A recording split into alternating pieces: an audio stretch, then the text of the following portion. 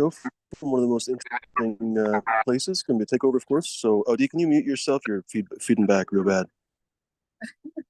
Okay, I think he's probably muted. So, ladies and gerbils, oh, the video is private. Yeah, it's not working at all. D, go ahead and do the thing you do. What's going on, everybody? This show is for educational and entertainment purposes only. You have to be 21 and over. If you're not, you have to leave. And if you hear banjos, run in the opposite directions. Back to you, Freemanor. Cheers, D. Thank you very much. There's a bunch of people walking by here, but I came up here to get the cool views, and I thought I would launch the show from here too. Let me switch the camera. Literally, wonder if I can. There we go. I'm at the base of the Hollywood sign. This is Right on. 6101 Mulholland, aka the last house on Mulholland. Kind of a flex, honestly. So somebody owns this vacant lot. I wonder who, honestly. And it's literally, I mean, it's literally below the sign. Like if you rolled a ball from the sign, it would roll and it would fall down on this lot. It just cracks me up, honestly, how literally below it is. But yeah, they just kept it vacant apparently for a long time now, and a million people come up here. There's a whole hiking trail all the way up. Anyway, it's super fun. All I went is pretty much up here, but anyway, where am I at here?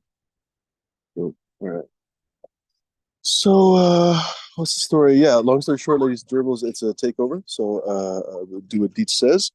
Whatever Deet says is law. So, please comply with it. You're welcome to hop on the show if you guys would like to. You're more than welcome to. But of course, ask nicely in the chat, and then also, of course, don't be a dick, don't show your dick, don't be a douchebag, etc., etc. Come on the show in the spirit that it's intended. It's intended to be a fun, rewarding place. So please do the same. Don't let D just kind of hang out here by himself. I have to go drive for a while. I'm not going to hang at the base of the hill with everybody passing by me. But it would be nice if D doesn't have to sit here alone. So if you guys could hop on, that would be super spectacular. So switch the camera again so you guys can see a little bit more. Oh, maybe I can switch sideways. There we go. Boom. Just like I always say, turn the camera sideways, bro. What the fuck? What you knew? Oh, and then behind, you can't see too much behind, but there is actually a beautiful view. You can't really see it from here. And I don't think it's technically the last house because I think probably this is going to be a house too. But whatever. They call it the last house on Mulholland. Pretty cool place. It's very unclear how much of it you're allowed to actually explore. I thought you were allowed to go into the property, but it says no trespassing. So I was like, all right, thank you. I'm not gonna get trespassing problems in LA before I have to leave. Anyway, I guess they have a nice garden there, so that's kind of cool. They have a water fountain too. That's pretty chill. I wonder who pays for the water fountain. I wonder if the owner, gosh, that would be such a flex if they literally have this empty lot that's worth millions of dollars and pay for a water fountain for all the hikers just for giggles, just for fucking giggles. Anyway, all right. So I'm gonna hand it off to D. Let's see here. Let's make him the boss. Hostess with an hostess. And these flies are attracting me. Boom. He's the host. All right. There it is. Enjoy, folks. I'll be back hopefully shortly. Later, people. Cheers, everybody in chat. Thanks for coming and hanging out. I'm going to be here for the next couple hours, about 2 o'clock Eastern Standard Time. So 11 o'clock, I believe that is Pacific. Anyhow, I am the host with the most. I am D Zombie. You can find me on Instagram at D_zombie_. Also, like, excuse me if you're still listening, I'm not sure. I do live pre-shows on my channel. Check it out, like, subscribe at DZombie_745. Much appreciated. Yeah, I have a good little pre-show before the show, Tuesday show and stuff. I don't do a pre-show on the safety meeting for the safety meeting. It's too early for me, kinda. But yeah, depends off Hollywood sign. Too many people changed it over the years. Yeah, Hollyweed, that'd be awesome. Theodore, get on that, buddy. Just don't get caught.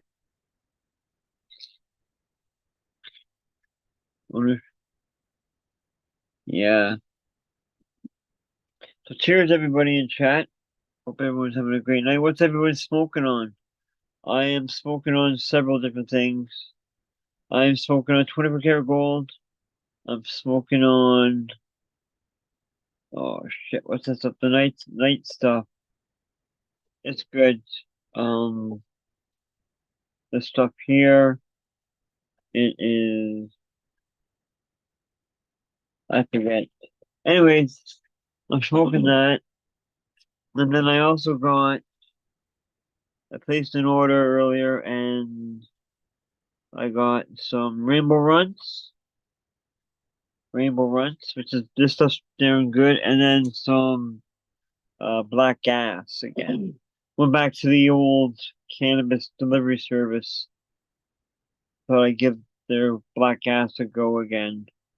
And besides, they do return. They let you smoke some. And if you don't like it, they'll return it and either you change it to something else you like, if it's the same price range, or maybe like something more expensive, so you add a bit of money to it, or you get a refund. So, and I would have ordered from the other place anyways. Still just would have took time to get here, but we would have gotten what we wanted eventually. Oh, cheers, Ice. Cheers, everybody in chat. Cheers, Bud, Kilowatt, Operation Annihilation, Cake in a Cup. How come I can't see all the chat? Bud Kilowatt first in the chat. Cheers, buddy. With the green light for go. 10:19. Got a minute. It's almost 4:20. Here, you know what? Fuck it, I'm ready. I'm just gonna lay up one of these. I'm gonna smoke some Slug Pug Genetics, Fruitopia, Lurch. Fruitopia and Lurch. I think. Uh-oh.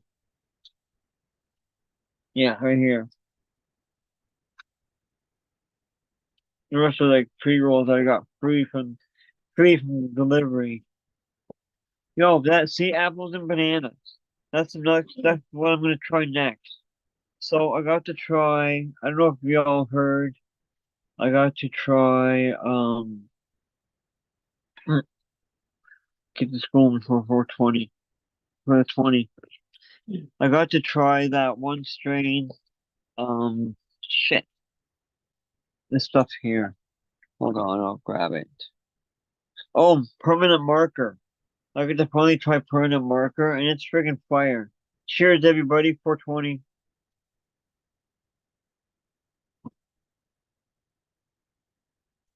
So I got to try some of that permanent marker and it's friggin' awesome. So that's what I wanted. And so next on my list is gonna be, oh shit, what did I say? It's gonna be cheetah piss or cat piss, whatever one. Oh, apples and bananas. That's the next one I want to try to find.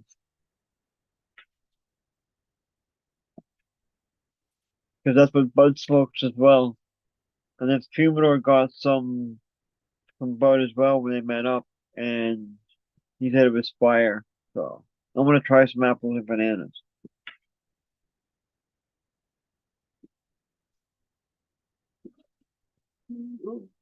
Mm-hmm. Unfortunately, that's the last one. She did right on with it. God, there's still one left. I thought they were all gone. Oh, no, yeah, last one.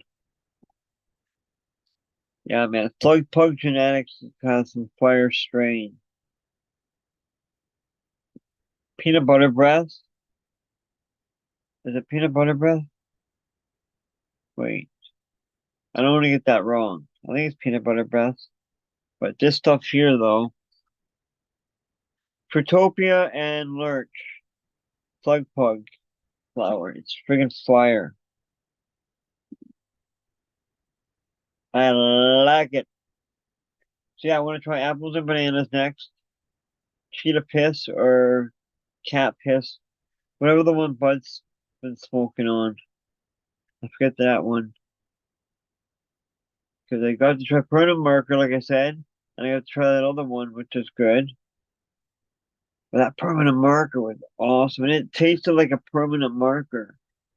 And some of you people are saying now, how would you know what a permanent taste or permanent marker tastes like? You just know when you smoke it and you smell it, got that same terpene profile.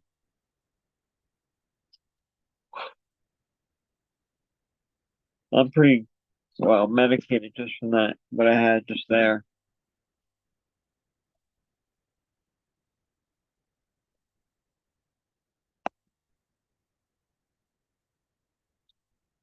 Hope everyone's having a great night. Cheers to 14 people in the chat, right on. Oh, well, no wonder I can't see the chat. There we go. Cheers, Jack Beanstalk.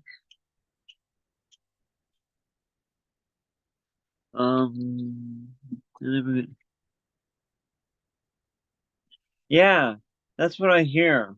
Doesn't taste like apples or banana, which is pretty cool. But I want to try it anyways because everybody says it's really good. And everyone said the permanent marker was good. So okay, I'm gonna try that one next. What else did I? Oh, White Runts is another good one. White Runts is fire. Thank you, Mrs. D. Yeah, I like that one.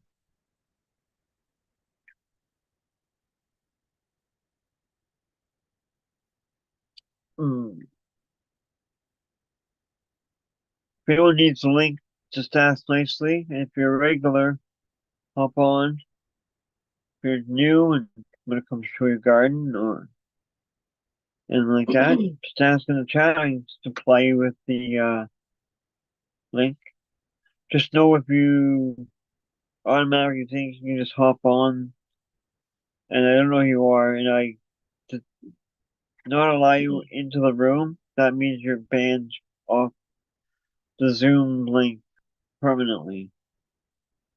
I don't know if Troubadour can take them away or not. Here comes Captain. Gotta fix his name in a second. Hang on. There he is. Hey, D. Hey, Cap. How's it going, man? Another day in hell. Yeah. Yeah, you don't know my mother. Cap 420. There we go. Why? What's coming up all the time? Are you just putting in Captain No. Asshole? How'd you know? No. Comes up Robert something phone or something. Oh, okay. Now I know how to change. I'll change that. Yeah, it's all good. I always I uh-oh. know it's not Wednesday, but we got a new bottle of bourbon, so That's some Johnny Walker. and after today with Mom, yeah, I need this. Is that some Johnny Walker they saw? Red label? No. Oh. This is Cincinnati Distilleries small batch bourbon. I got a big match.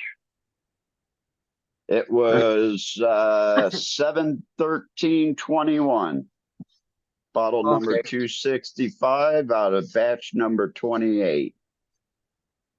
Ooh, it's 3 years old. Nice. Right on. Yeah, and it's 86%. 86 proof, actually. Right on. Yeah, but I cooked dinner, and by the time I got done cooking dinner, I couldn't even sit down and eat with my dad. I had to come up here and eat. My mom had pissed me off so bad it wasn't even funny. Oh, that's too bad. Yep. Everything I did, she seemed to bitch about. The way I cut my steak, the way I did this, the way I did that. Yeah, that sucks, man. And then she blames that I'm upsetting my father. And I'm said, well, if you would just shut the fuck up and not make these snide comments that you do and try to browbeat me like you browbeated my father for over 50 fucking years. Hmm. I'm sorry, guys. I'm going to take a little bit of medication here and some of that, and I'm going to smoke some more. Nice. Oh, I think I smoking some more. So I'm smoking some bug pug genetics. please don't follow what I am about to do.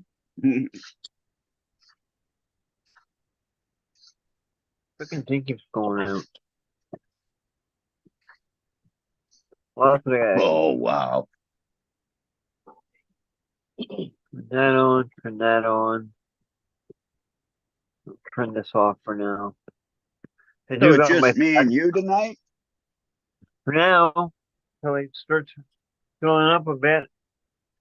Ah, Cheers, well, Ice. now that's done. I guess I can finally smoke the joint I wanted to smoke after dinner.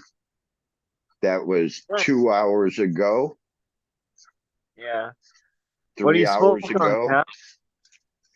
tap? Actually, this one I rolled up out of Cadillac Rainbow X. Cool. Or maybe that's a Z, I don't know. They're writing is shit. Yeah, I hate when you get bags like that, writing like that. Well, I Yeah. was up in New York yesterday and I Hey, how you stopped doing? by and I picked up Oh. some gas face, lit Oh. that up, and it kept on burning out with a hard ash. Oh And then shit. I picked up some Captain Crunch, Arr. and that actually burned to white ash. But There we go. I picked up some Chem Dog, and I don't even get high for 15 minutes. Oh shit, hey? Yeah. And these places are like off the reservation. And, it's, yeah, they, I looked at the ratings and they all had all these 5 stars and I'll be back, I'll be back, I'll be back, this, that, this, that. Yeah. Man, they're all shit. Hmm.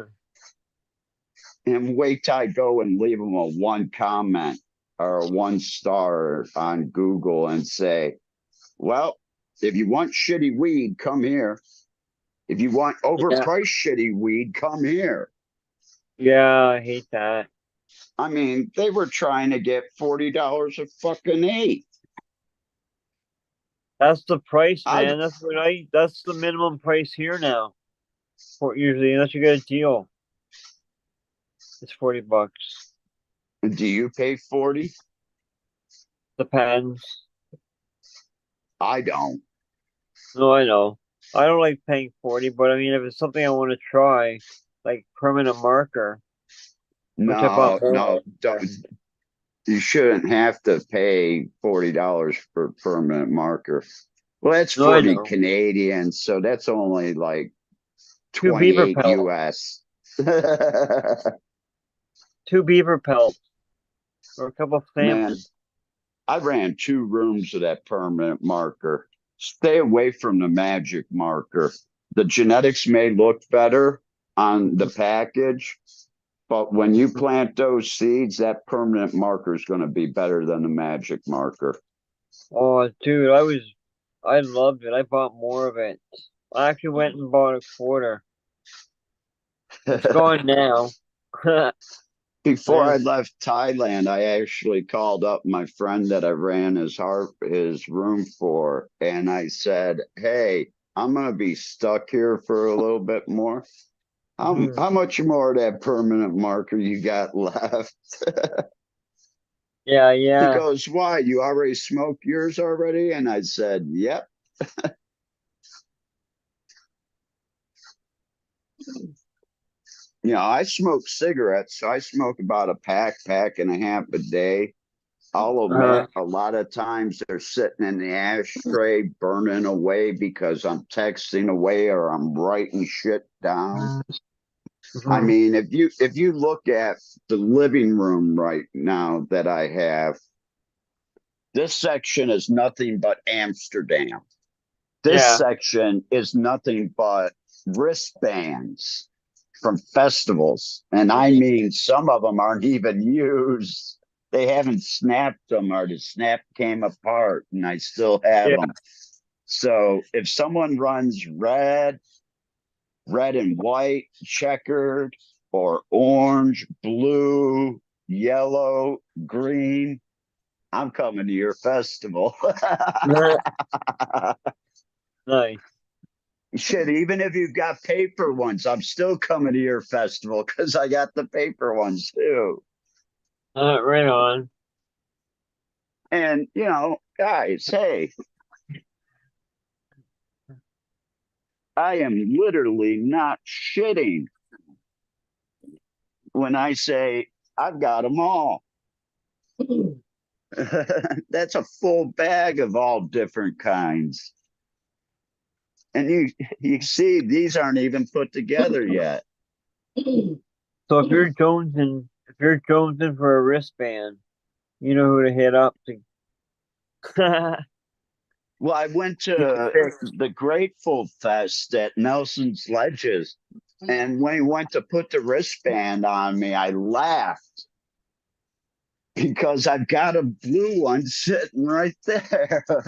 Huh, that's But crazy. I paid my admission. That was the first time that I actually paid to go to Nelson's Ledges and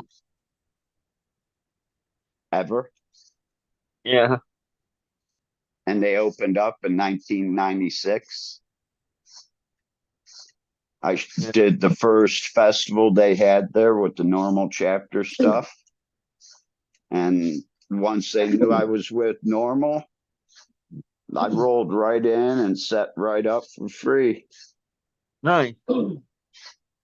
Nice, Well, Cat. as time went on, they decided that, yeah, we got to let this guy in because we don't know what he brought with him. Uh, And it's usually, what kind of headies you got? uh, What type of paper you got?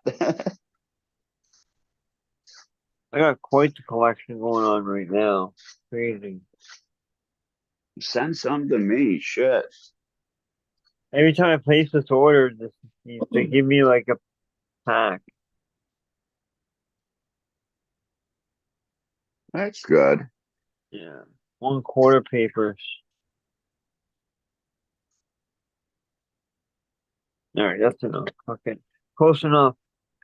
Well, I'll shit, go I through. smoke like 5, 7 joints a day. Yeah. I smoke more than that. 2 weeks ago, I went and got two packs of filters, Uh-huh. and I've already gone through them. Wow, that's crazy. You don't reuse them? No? No, they're paper. I can't find my glass ones, Oh, okay. which is really pissing me off Yeah. because I've got like 50 glass tips. A friend of mine before I left gave me a whole bunch. Mhm. So they could be part with me or they could be part in Southern Ohio. Here, there, or everywhere. Anywhere. Nice. It's got a funky smell to it, taste. Yeah. Hmm. Let's see how she tastes. That's what you do. I'm gonna roll up some rainbow runs. Yeah. That white runs before was friggin' killer. really good.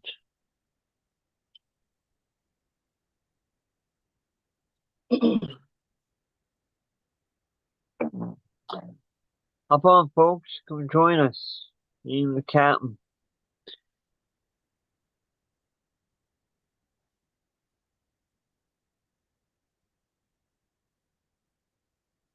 There we go.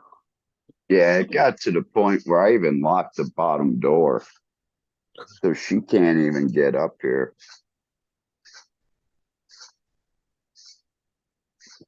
I tried locking the garage door, but it locks from inside the house. Oh, shit.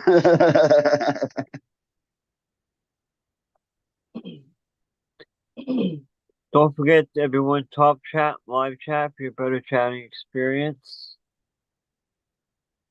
Yeah, come hang out. Josh nicely in the chat, and I'll post the link. Because all we're doing is sitting here getting high and, well, Dedicated. after a couple more of these, I'll be pretty well hammered. Yeah, so come help me. No, You kind of keep should have seen, you should have seen the handful of pills I took. Holy fuck. I'd take down an elephant. True. But I'm so Yeah. pissed off. I'm like, Yeah. my anger and everything is like the size of an elephant. And I'm trying to calm down because I don't like that, but I'm sorry. Don't browbeat me. Don't treat me like I'm a piece of shit. Yeah, You man. don't have to make comments at me every fucking second. Eventually, I'm going to snap on you, and that's what I did tonight. And my mom's tried to put it on my saying, oh, I'm making my dad sicker and feel worse. No, actually, dad feels worse because he didn't say it 40 years ago to you. Yeah. Yeah. But for the past 45 years, I've been telling my mom that. Go fuck yourself. Yeah. Don't Cheers, talk to Pat. me like that. Talk to me like a person.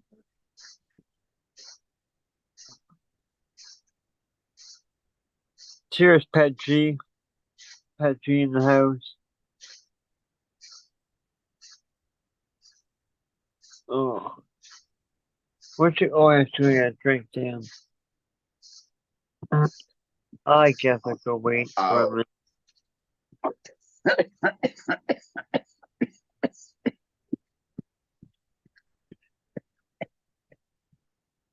Cheers to Mrs. D's auntie for watching. This has actually got some resin content to it. What is it again? Cadillac Rainbow X or Z. I really can't tell because of the way it's written. Oh. So it could be a rainbow run across. A rainbow something. Well, let's see. Let me get out my glasses. Holy shit, where did I put them?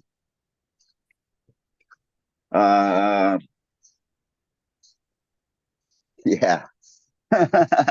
Let me find the phone. And this is true, guys. I do have to go get glasses really quick. I'll make you a co-host before I forget, in case something happens. Holy shit. My hands are shaking so bad. Hop on, guys. I'm gonna hang out.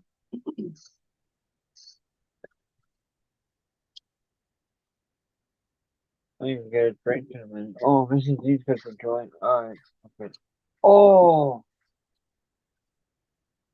Oh! Maybe that's what will happen. It's fall. So we go get you one? Would you mind? Yeah, we do. Go step step there. I gotta get that still. Okay. I'm gonna have a pop. I'm gonna have 7 Up. I haven't had a 7 Up in a while. Then I'll go back to coffee. Well, at least it was harvested on the 1st of January. Holy fuck. That's, Well, it only took them 4 weeks to test it. yeah.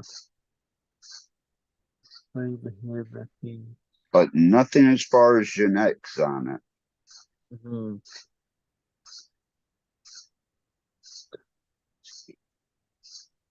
And they even put down the CBDs in here. I tell you what, people, if it's CBD of 0.07, I'm not even going to put it on the package. Fuck that. That's a waste of time. That's a waste of ink.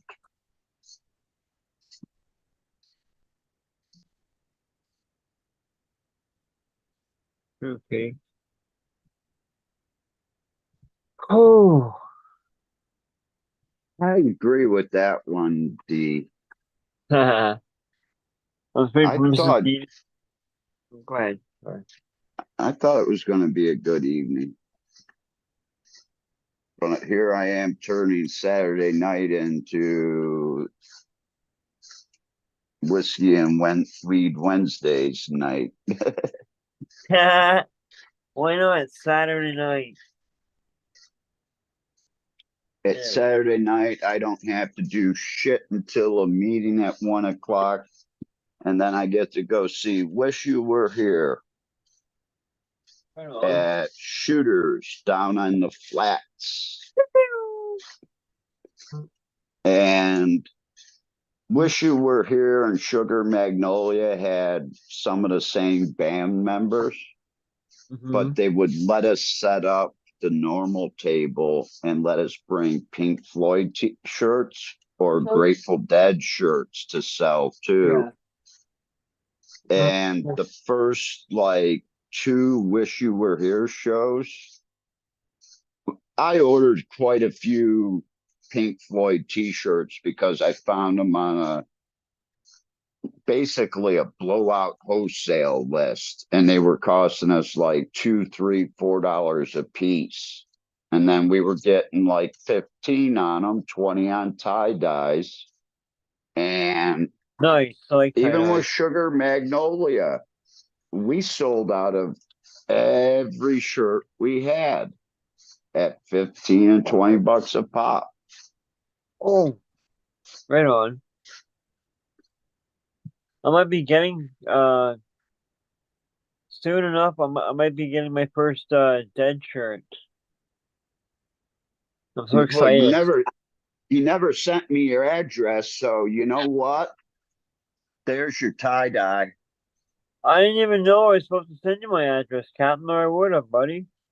The tie-dye's sitting over there, and it's been sitting over there. And you know what? 2 weeks have passed. You lost it. I didn't even know, dude. I didn't know you I were waiting. asked you. I even showed you the tie-dye and I asked know. you if you liked it. And it was even in your size. That's hard because they're mainly large and extra large. Yeah. But it's just like all the people that have won seeds from me. Ugh. And the person I won seeds from, the people never gave me their addresses. And the person that I won seeds from, Bud's never sent them to me. And that's over a year ago.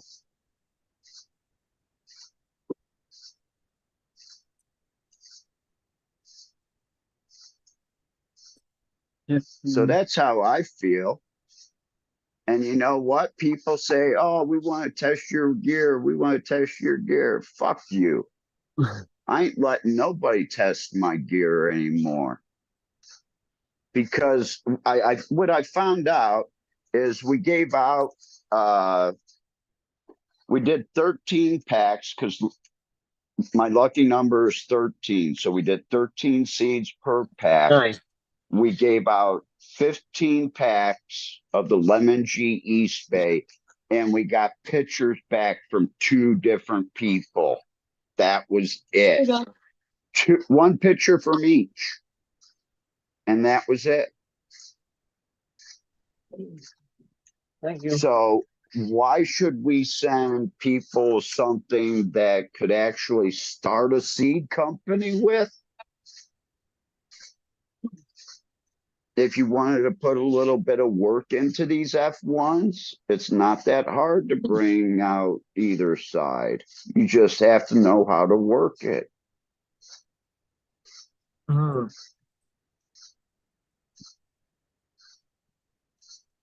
Like I'm hoping 2 friends get together that live in Las Vegas and they trade clones with each other because they each have the same strain, but they each have a special pheno, one male and one female. Mm.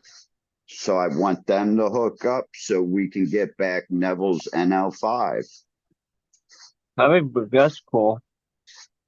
Yeah, well, Tom McCormick's stuff that he got from Greg is unworked. You have to work that. And you have to buy between 200 and 500 seeds. That's why he did 100 seed packs, because you actually have to hunt through them. 500 seeds of NL5 to find 2 plants. Mhm. And one person didn't find both of them. That's crazy. They should definitely hook up. And Oh, yeah, I'm getting them to hook up. They actually live in the same city. oh, perfect. Yeah. Maybe we can all get together when I come out next week. Because I'll be in Las Vegas or the 8th or 9th, whatever the first night of the last dead run is. Yeah. I'll be out there for, well, the way my mom just made me feel, I'll be out there for 2 nights, if not 3 nights, if not 4 nights, and then go see Bud. But, then when I go see Bud, I go from sleeping on a couch to sleeping in an SUV on the fucking beach.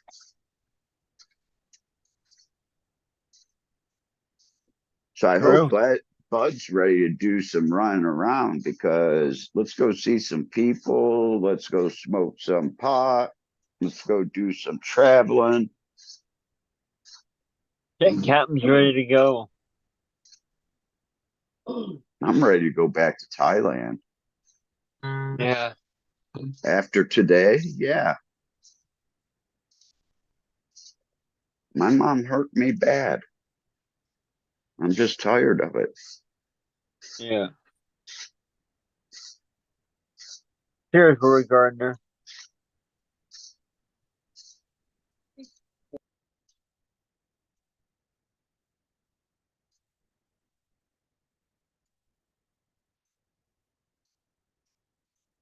But I tell you what, Uh, it's burning to a nice white ash. It's got a nice resin ring around it.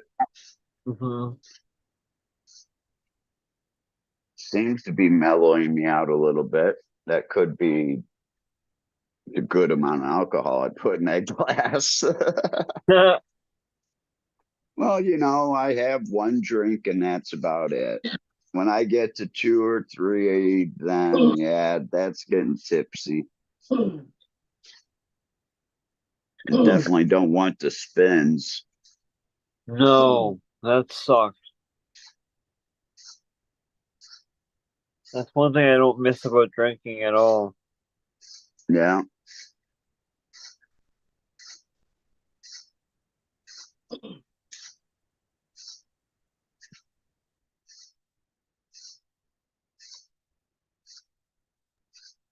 Hmm.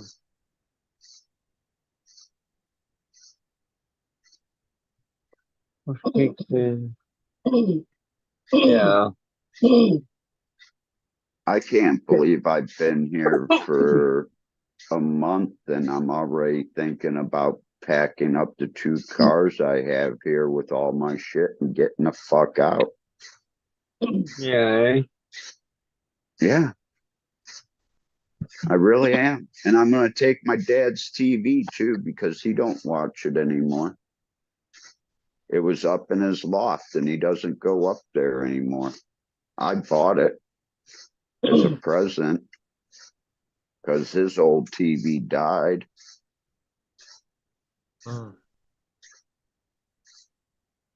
So I bought him a 40-some inch TV.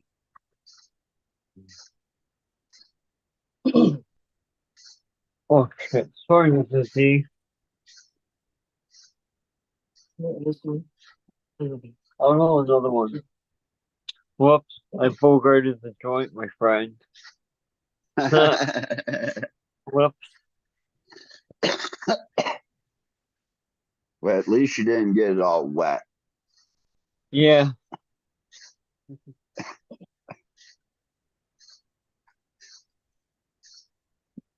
If I'm in a circle with you and the joint is dry when it gets to you and it's all wet when it leaves, Oh. you get the arm to the chest pushed back. And if you ask what that is, well, I'm taking a lighter to the end of this joint to dry it out some, but you're kicked out of the circle. No, it's Jeff. Hey, Jeff. Oh, it's not here yet. Yeah. You're not anything, especially this view over like this. To Yeah, like to the Brady Bunch view.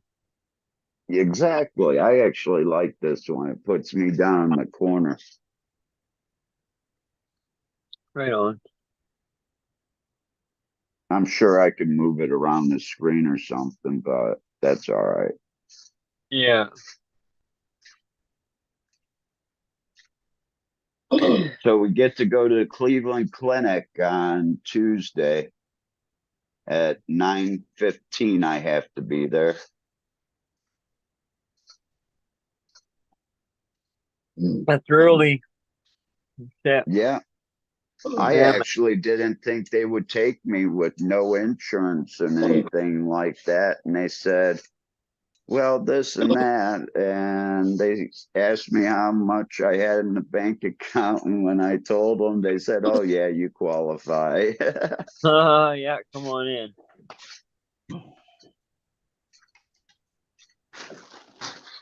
Hey, Captain. Hey, Jay. Hey, Hey, Jeff. how's it going, man? Good. Good Saturday. A good Saturday. Yeah, man. Yeah, hot though, but yeah, it was good. Yeah. What'd So you I say, kind of missed Jeff? the big. Sorry? It's hot. It was a Oh, hot one hot. today, but yeah, it was a good day though. It was Oh, 81 you today. said- Yeah. So I was thinking about Ohio, with it being in the news and things going legal, and it's Well, going to the be whole capped. thing is okay. They're allowing 16 or 19 dispensaries to open up to the public. The whole thing is they could have done this January 1st because the places that they're allowing to open up to the public are medical. They're letting all the medical dispensaries go first. They could have done that in January 1st, and everybody in Ohio would have been happier. Instead, it took them 8 months to make that decision. Yeah, they did that in Colorado too. This way they're not as pissed that they were in the Well, medical and they've been in it for so many years, so they get a little bit of a jump start. Michigan did the same thing, but the Michigan caregivers kind of screwed themselves because these rec operations didn't have enough in stock And basically within 3 weeks, they were all out. So they were getting off the medical side to help supplement that. And then they called the help of the caregivers. And then they found out, oh, wow, caregivers can have a lot of extra. And that's when they started to try to fight the caregivers in Michigan and what, trying to put these laws where, it doesn't even have to be anybody from the cannabis board. It just has to be someone from the city or the village to come in and see your garden. You ain't coming into my house. You come into my house and I'll shoot you. I'd rather tell you I don't grow. And that's what a lot of medical people did in Michigan, the caregivers. They said, nope, we're not a caregiver anymore. Because they want to put them underneath all these regulations. They want to put cameras up in their house, in their grow room, and their area where they do all their work outside the grow room. No. And then anybody, basically to any city employee. So if the garbage man's a city employee, he can come into your house anytime he wants, unannounced.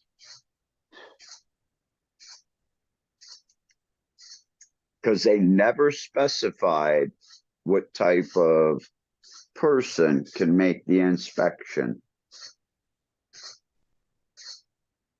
And it passed. It passed. Who pays for it? Do you have to pay for it also if you're being inspected? No. No. Okay. They just have that Chevron deference about something like that. With the fishing boats that had to be inspected and they had to pay for their inspection too. Well, here Basically, where my mom lives, we have a septic tank. And every year she's got to pay this guy $100, and then she's got to pay the city $40 to have a septic system here.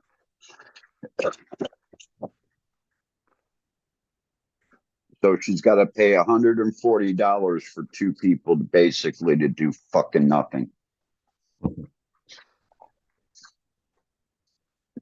I was here when he was looking at the septic system. He pulled up the 3 caps, put them back down, got in his truck, and came to the front door for a signature and $100 bill.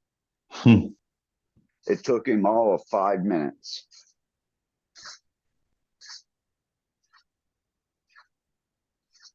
That's a scam if I ever heard one.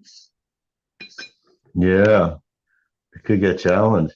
Yeah, so that law got shot down. Basically, the Supreme Court sided with the fisherman guy that said he didn't want to pay for these inspectors. Government watch out people, whatever, had to be on his boat, watching what he was doing. Well, he shouldn't have to pay for them. Those are, government officials. They should be paid by the government. There ain't no way in hell I'm going to pay for you. I pay taxes. That pays for you. Yeah, it makes it easy for them to just just nonchalantly just say, oh, inspect this. Let's get inspectors for this. Let's get it for that. Oh, the customer guy will pay for it. We don't have to pay. No, let's just put inspectors everywhere. But once they have to pay for it, then they have to be more, thinking about it more. Where should they inspect and not, and what makes sense.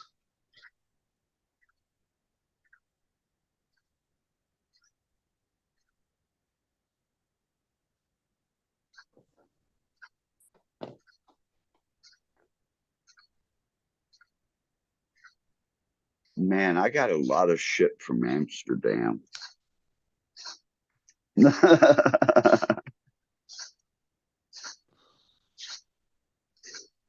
I mean, I got a lot of brochures and shit from Thailand, but I really have a lot of shit from Amsterdam. All pre-2006. Well, 2000, pre-2007, because I was there in 6 a couple times. That Yeah, was maybe in that's my probably going to memorabilia. Amsterdam thing every couple weeks. Oh, really? Wow. Oh yeah. I Right on. just got done working in almost 2 years straight of making, 275 clones a week and then moving all the weed from it. Yeah, I So wish it went I, more when I I was was make younger. I was making bank for a while. I'll tell you that. I was actually taking the 15 to 20 pounds a week that I was getting. I did it at like 1 o'clock in the afternoon. By 4 o'clock, I was already in Pittsburgh. Sometime around 8, 9 o'clock, my friend's brother or whoever he sent would walk in right after dinner. And then they would have to sit there and let me count. Do you know how long it takes to count like $20,000 out in 20s? Mm. I literally spent more time one night counting the money than it did to actually take me to drive to Pittsburgh and drive back home. I told him, you ever give me 10s and 20s again and not a lot of 50s and 100s, you ain't leaving with the weed. I'll go sell it to somebody cheaper that has $100 bills because I'm getting done with this. Then the next time I got paid, there was all 50s and 100s. Yeah. But Yeah, I he's was just he's selling giving you what he's getting. pounds. I was You know. selling pounds at 36 and 3,800, and I was paying 25. I was getting $10 a clone. I gave them 300 clones every 7 days, and they paid me $2,700.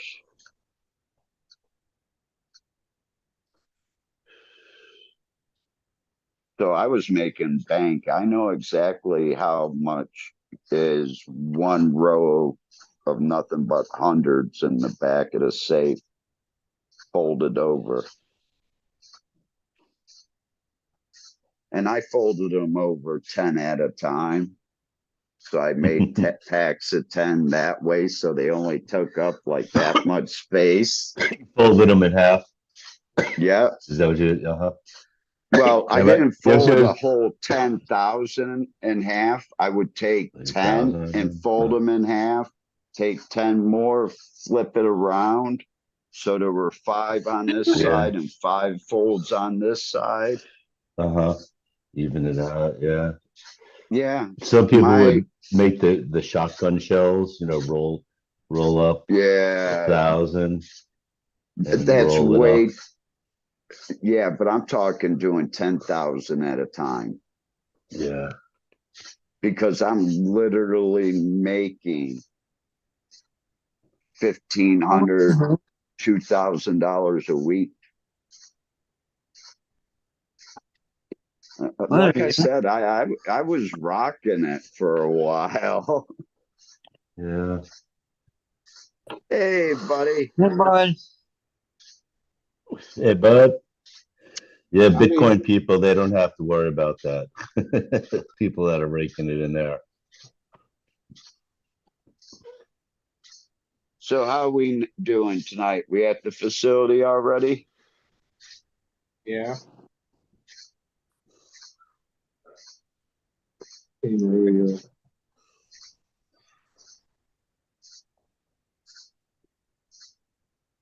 Yeah.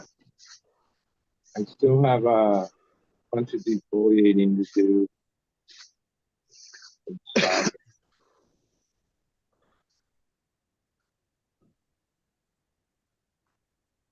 But I'll probably get it done tonight. Excuse me. So are the Dead playing on Thursday too? Yeah, the last Are you- round is this weekend. Is it Thursday, Friday, Saturday, Sunday? No, just Thursday, Friday, Saturday, 3 nights a week. Oh, okay. Yeah, All right. tonight Well, they're I'll be Planning there a vacation. Thursday. I'll be there Thursday because I've got a couch to sleep on. I may be there here until maybe Friday next night. year. Yeah. Me and my friend haven't seen a Dead show actually since this one right behind me. We went to both of these, and that was in 2001. Yeah. What are you doing? When Billy Strings ended a bit ago, I went under the Dead stream, and it's like unbearable tonight. Whoever the streamer's at in the crowd is like we call them chompers. Like it's just people talking, screaming, singing along. I couldn't take it. But last night, second set was maybe one of the best ones they did all summer. Opened with Dark Star and Estimated in the Eyes of the World and the St. Stephen, and it was excellent. I Yeah, wouldn't have sounds pretty missed it. Now you give me a West LA fadeaway, a Sugar Mag, a Loser, Yeah, I think this weekend and they're then a closer of a US selective on what Blues. songs because John Mayer had surgery on his finger that he smashed in a car door during the time off. And so it's all bandaged up on his index finger, so he can only play with his other three fingers. So I think some of the song selection is to accommodate That sucks. yeah, he had surgery on it and everything. And he must have really smashed it in the door. And he said he smashed it in a car door.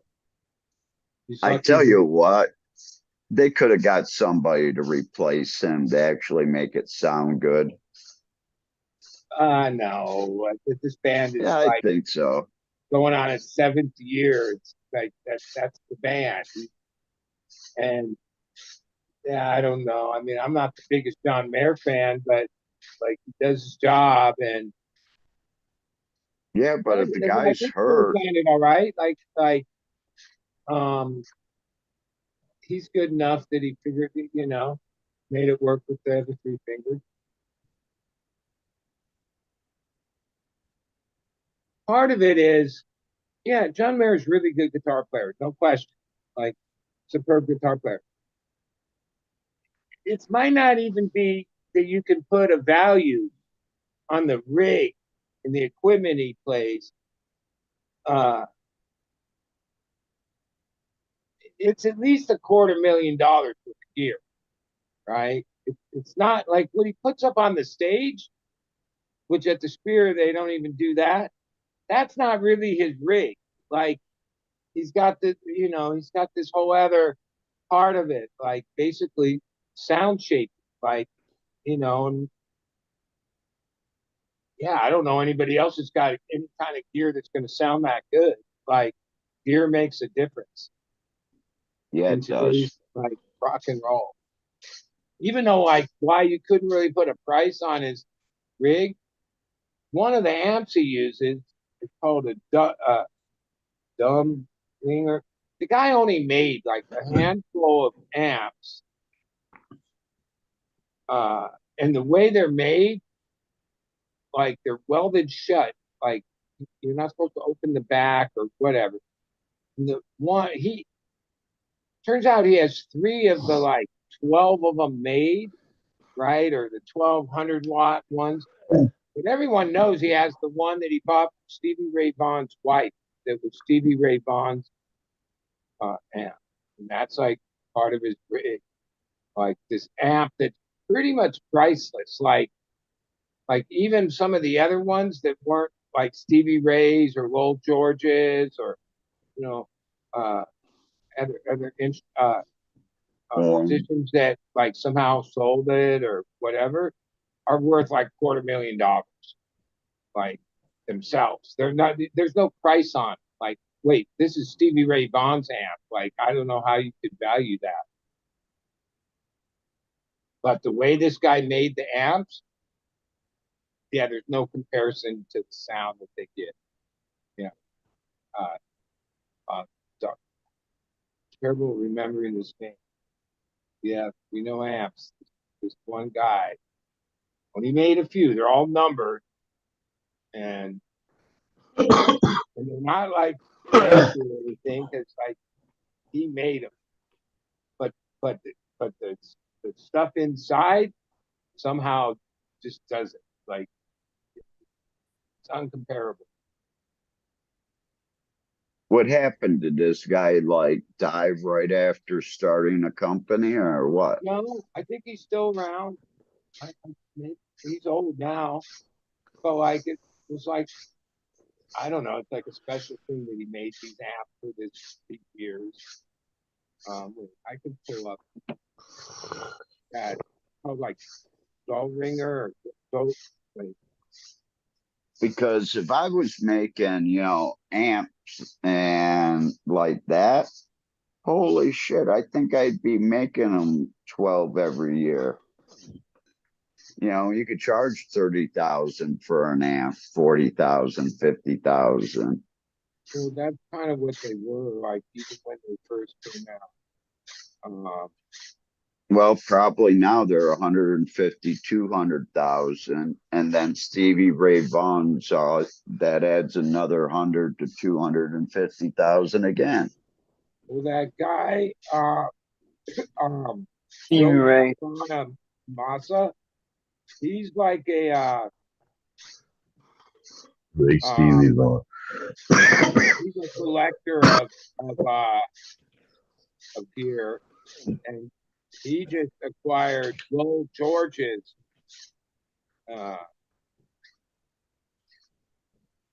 amp, and then he made a like a video plugged in. He obviously kind of playing. He wasn't playing a Little Feat song, but he was playing like the blues like that. Yeah, and then all of a sudden you realize where Lowell George got his sound from. Like, Lord, no one can play slide guitar like that because, yeah, The tube amp. yeah, it's called a dumble. They're called dumbles.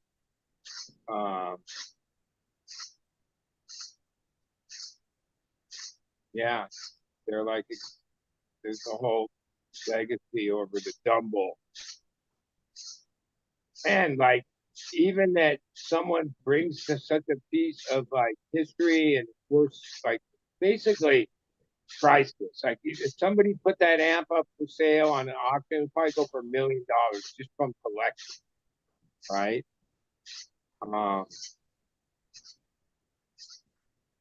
And yeah, like it's just part of his gear on the road, just sitting on the stage.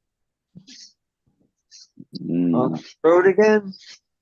It's called a dumble. There's a couple different names, like there's the overdrive and yeah.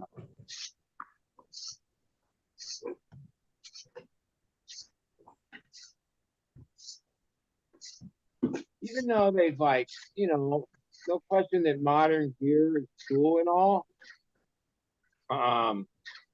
There are some things that were made, even effect, boxes or pedals that they just don't make them that way anymore. So like some of the ones that are from like this certain uh era, yeah, You even though there's missed a that one, model of whether guys. it's reverb or this or that, the company's still in existence, makes the same thing. And yeah, not like some of it, we don't make shit like we used to. Nope.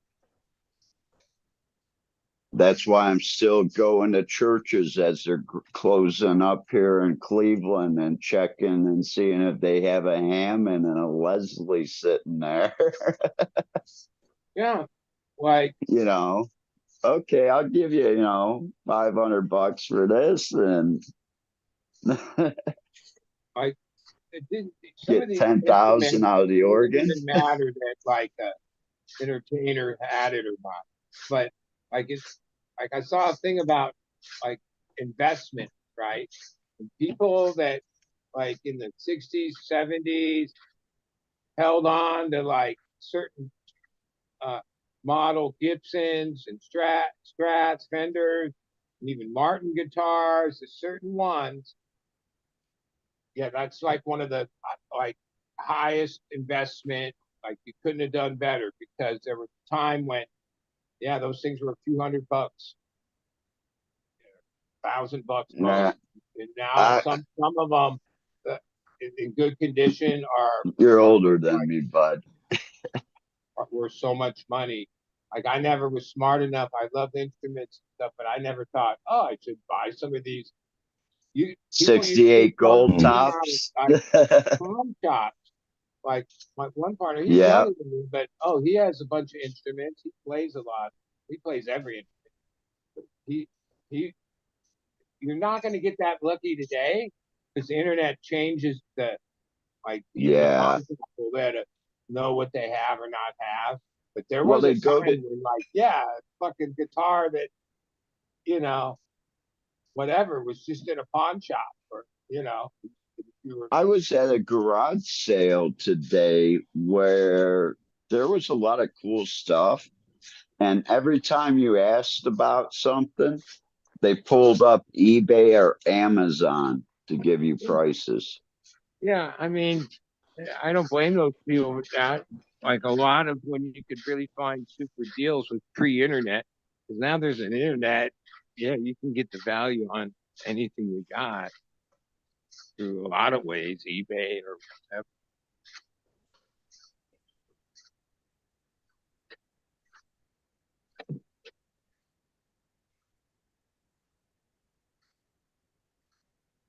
And a lot of it in the guitars are, yeah, there's the ones made in America, and those are coveted.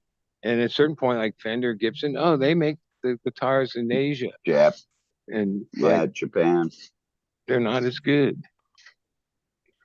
That's the bottom line. When Ibanez came out with a whole line of Gibson guitars, I think it was like a year or 2 years ago. And I've got to hear the ESs, the SGs, and when they plugged them in and started, I just said, nope, Well, like not both even Gibson and close. Fender have what they call the custom shop, right? And if money Yeah, in isn't the Tennessee. issue, right, you can have whatever guitar made by the custom shop, where And these guys that's the are the ones. top craftsmen in I forget what you call a guitar maker, but there's a term. But then part of what they have access to is yeah, they can use the exact same tooling, the old like yeah, they have access to all this the woods, the finish, every little thing. Oh, it's the same that they did in the 60s, where like, the other guitars are made and mass produced. You pay a certain amount of money, you order from the custom shop. Oh, and you want it to look distressed from whatever year? Yep. They'll bring it to you like that. Like sometimes I follow both those pages on Instagram because they post pictures of like like craziest guitars.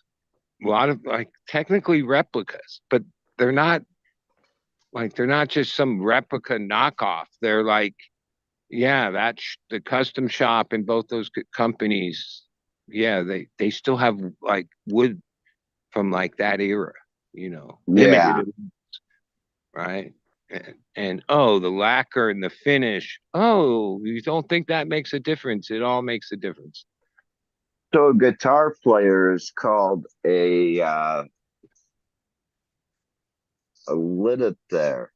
Well, like Warren, he's been L sponsored L by U Gibson, T H and so he pretty much plays I Gibson R. guitars. And then, yeah, even though he has like a gold top, like it's a whatever year gold top, and all these guitars he has on the road, those are actually replicas that the custom shop made him because his real collection, yeah, he's not taking those on the road, right? One, I mean, there's been multiple times, even recently, like somehow band packs up after playing or whatever, you know, uh, and somehow their truck or their whatever gets ripped off, and uh, yeah, sometimes some of the stuff's come back through different means and pawn shops and shit, but like numerous bands have had their gear ripped off and then have Yeah. lost all that stuff. Like, so yeah, a lot of them don't really bring. That's what makes Mayor putting this amp on the road um, kind of crazy. But then, like I realized with Mayor, you never know what watch he's gonna have on because he collects like $1 million watches. They say half of his wealth, and he's worth over 100 million or some shit, or now probably more, is invested in watches. Which Well, right I'm now, sure they're on the business. watches. There's like a documentary about this where they kind of like say, well, I don't know, that sounds kind of crazy. And then these people that like oh no, that's one of the smartest investments he ever made because Yeah. certain watches, oh, they're not going down in price, right? Like, and some of them are like, yeah, I don't know all the names. And the fuck Rolex, that's like a not even in the well, there's a few Well, Rolexes no, that are collectible. Rolex actually makes like limited editions of 15 and 20 watches. And those watches you could have bought for like 50, 60,000, and they're now worth 150 to half Yeah, million. yeah. Well, So right. watches But those are a good watches that were like investment if actually you buy handcrafted good by watches. like some of the ones Mayor owns are like from like way Hermes. back, and they're like made by hand, every part of it, and they're like exquisite craftsmanship, and oh, they're worth $5 million, $3 million, whatever. And so when he's on the road, there has to be like extra security for like where his room is, his all that, because yeah, like most people don't take their most expensive shit out on the road. He probably Like if takes things are three worth or that much four of them. money, like then it's a different world you live. I mean, you even see this with rap guys that have had their jewelry ripped off. You know, like when things are worth a certain amount of money, there's people out there that are willing to do the heist. Hey, Robert, hardcore.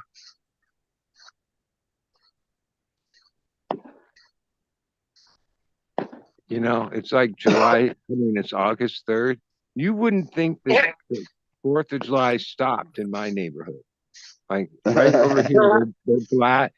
Earlier, I wasn't sure if it was like firework or like there might have been an explosion in one of the other warehouses. It was like fucking gnarly. And then now they're blowing up shit in the air.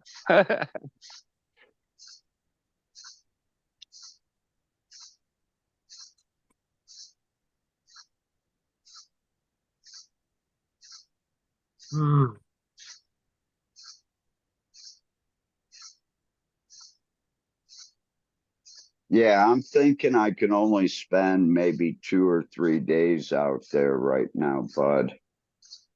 Yeah, well,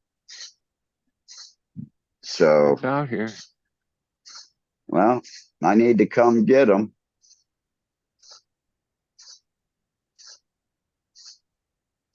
Probably be spending it. Well, actually, I've got a backpack that I could probably stack the plastic containers in if they have those and get 10 in each one. I think I I can used bring to back. have a few, and I know you can order them now on Amazon, but I don't have, like, those are handy. Like those, like the one I had held 3 clones in it. It was like a plastic, I don't know what you call that. They use it in so many items, like, but it's molded. It's like a food container.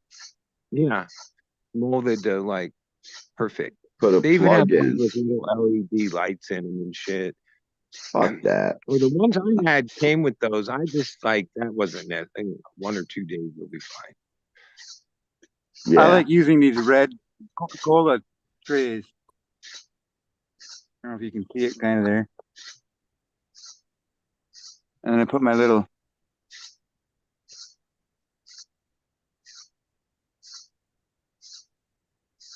You have the camera on? Well, it kind of froze. There it is. Oh,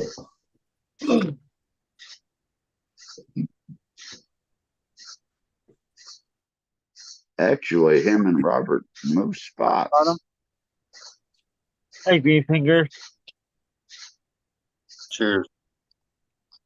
I was out at the there's like a state park type deal around here. I was gonna go do some gorilla planting in. I've got my badass camouflage bag that's set up. I got like probably, I don't know, 30 clones in there or 30 seedlings in there at a time. But the park closes at 10. And I just had it, I pulled in there like right at it's like 10:05 into the back end. And I smoked a cigarette and I was thinking, God, you know what? So something does not feel right. So I started my engine and as soon as I fucking left that driveway, the fucking state trooper drove right by it really slow. Like he was checking to see if there was anyone fucking around in the park still. So I'm glad I got fucking turned around or he would have stuck his flashlight in my windows and been like, hey, what's going on in here? Yeah, Well, I man. went to a meeting the other day in Little Italy here in Cleveland, and it's just a little pocket. And if you go left or right out of there, yeah, I had a cop. I seen him. He was 3 streets down, sitting at the stop sign as I was rolling by. And soon as I passed him, I was in the left of the 2 lanes. He got right behind me because I was in the wrong neighborhood being white. Just now I drove out to my spot from last year. Just gonna maybe sneak in there, but the neighbors, all their lights are on and they're around here. But you don't just go sneaking around at night. Get Or people get shot. calls. Yeah, but I was just a little bit too late at getting at her tonight. That was because it gets dark right at about 10 or like 9:30, something like that. And I kind of like want to get out to that park at like 9 or 8:30. Take like because I got everything. I've been going out there kind of scouting for the past week or two, like just to see where the sun is in the morning and at night, you know. And but the mosquitoes are so fucking thick in there. You have I to don't know. spray yourself down. Deep Oh, yeah. is my. Don't take a shower and use deep because if you take a shower, whatever you shower with, they're going to be attracted to. Believe me, I lived in Thailand. I know exactly what they go after. I come here, sit out on the front porch with my mom. They eat the hell out of her. They don't even bite me. Well, I put on some fucking long pants and some long shirt and I've got the deed. I've got some Sportsman Woods or some Hunters series shit. I don't know, probably like 75% or something like that. Yeah, that was like the kind of shit we had in Thailand. And if you use it too much, it will make you sick. And now I'm going on the back road here, but I don't think I'm gonna see a spot tonight because everything gets sprayed around here, all the fucking fields and shit. So it's kind of like, and if you put them in the What you, next, what you have to do is you got to let the corn get about chest oh no, 'cause high they and spray then the corn here. put it out. They have planes come and spray corn and shit. They get fucking Oh, okay. Roundup and all that shit on them, or and just That any sucks. crop really too. But no, there's plenty of spots. I just got to get out earlier. I like to get them planted like right at the end of the day, right before it gets dark. Then they have all night to acclimate. You go and you put them in the ground right in the morning when they're because these ones aren't that fucking. There's a few strong ones in here, but for the most part, they're just little fucking weaklings. So it's nice to give them that full night to recoup. Otherwise, they fucking will wither away on me. Seen it happen too many times. Or the bugs will just fucking conquer them in that first day. Well, what I would do, since we got all this new age equipment that works off solar panels, I'd find me a little pump and I'd find me a good spot where I can run like 50 feet of tubing out to the water and just water it that way. Have a Yeah, I was little thinking of doing timer something on it. like a gravity feed. Because in those woods where I was going to be going, there is some natural streams that go through there. And I was thinking, like at the place I was at last year across the road, I made a gravity feed pipe where I just took like 100 feet of hose, or no, maybe 50 feet of hose. But the where the river was, or where the little stream was like 20 feet above where my plants were. So I just fucking made like a siphon thing.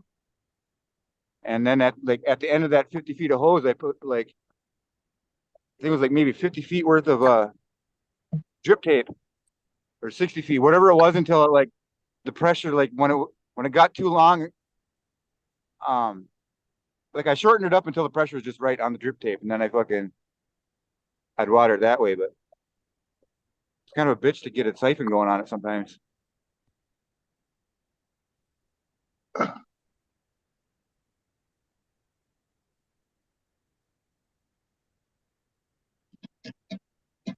don't know. I might put one in the ditch over here just for shits and giggles, because my great grandpa used to own like 400 acres right around here. I can't remember exactly which ones were like the kitty corner fucking parcels, but we got fucking lightning going on too. It's gonna fucking probably rain. It would be perfect night to plant them. I might just hop on my bicycle and go and fucking grill it. At least get like 20 of them in the ground tonight. I just can't have my vehicle parked at that fucking little parking spot, or fucking be on that shit quick. It's all rich neighborhood up around there too, so they like to call on suspicious vehicles in this fucking little shit town. You know what you do? You call them up and say, "Hey, listen, my vehicle broke down. I My was buddy's gonna my do that because buddy's my battery's kind of horse shit, and fucking it's kind of funny because I actually got pulled over as I was fucking getting jump started. I was at the post office like 2 weeks ago, and they figured they'd fucking come and see if I needed any help or assistance or anything. Let me see your license and registration. It's like, well, what am I doing wrong? Like, exactly." but actually my tabs were expired, and fucking luckily it was a cool cop. They just gave me a warning, and I just went and fucking bought my tabs online right away. But See, that's what gets people pulled over. Expired tags. Come on, people. That Yeah, and like not having your lights, like, oh, your backup light or your what like all your like I've been rolling without working blinkers for like 3 months, maybe, or maybe not. Kind of feel like a cop. Like I gotta like plan all my turns if I'm in town and shit, like as to not fucking get rear-ended. I'll like fucking make like rolling stops and shit, and like I'll make sure to kind of merge off to the side of the lane so people kind of know what I'm doing. I don't know. So you have no brake lights, not turn signal lights.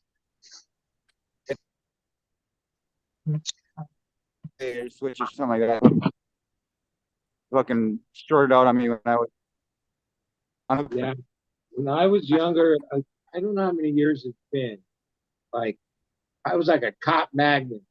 You get pulled Yeah. over, fucked with. It's been so long, I kind of miss it. Like, Well, that's the thing. not that I like obey the laws or anything. And I think a lot of it's in California. I've noticed, yeah, they pretty much, especially since COVID, but even before that, and you got to really be fucking up for them to like confront you for the most part. The reason why I didn't recognize my tabs is because when I got during COVID, I got my tabs through the internet or online, and they sent them to my wrong address, to my old address. But my tabs are still good. Like if you ran my plates, it would say, fucking valid and everything. So I rode around with those without, like, I didn't go, like, I could have paid another fucking $30 or something like that to get new tabs again. But it's like, why would I do that when they're valid? It's like, run my plates. I don't care. So like I got pulled over a bunch in the last fucking like year or so, but like like every single time I fucking drove away from it. It's like kind of a cool feeling. I still got like nervous as fuck as when you get them having cherries in your rear view, but still it's nice to drive away and be like, what are you fucking with me for? Here's my proof of insurance. Here's my middle finger.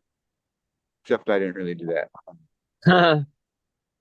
Yeah, if I think back, basically, yeah, I don't have contact with the police since I discharged my number, which took me a lot of years, like due to like this and that, Yeah. and counting and whatever it was.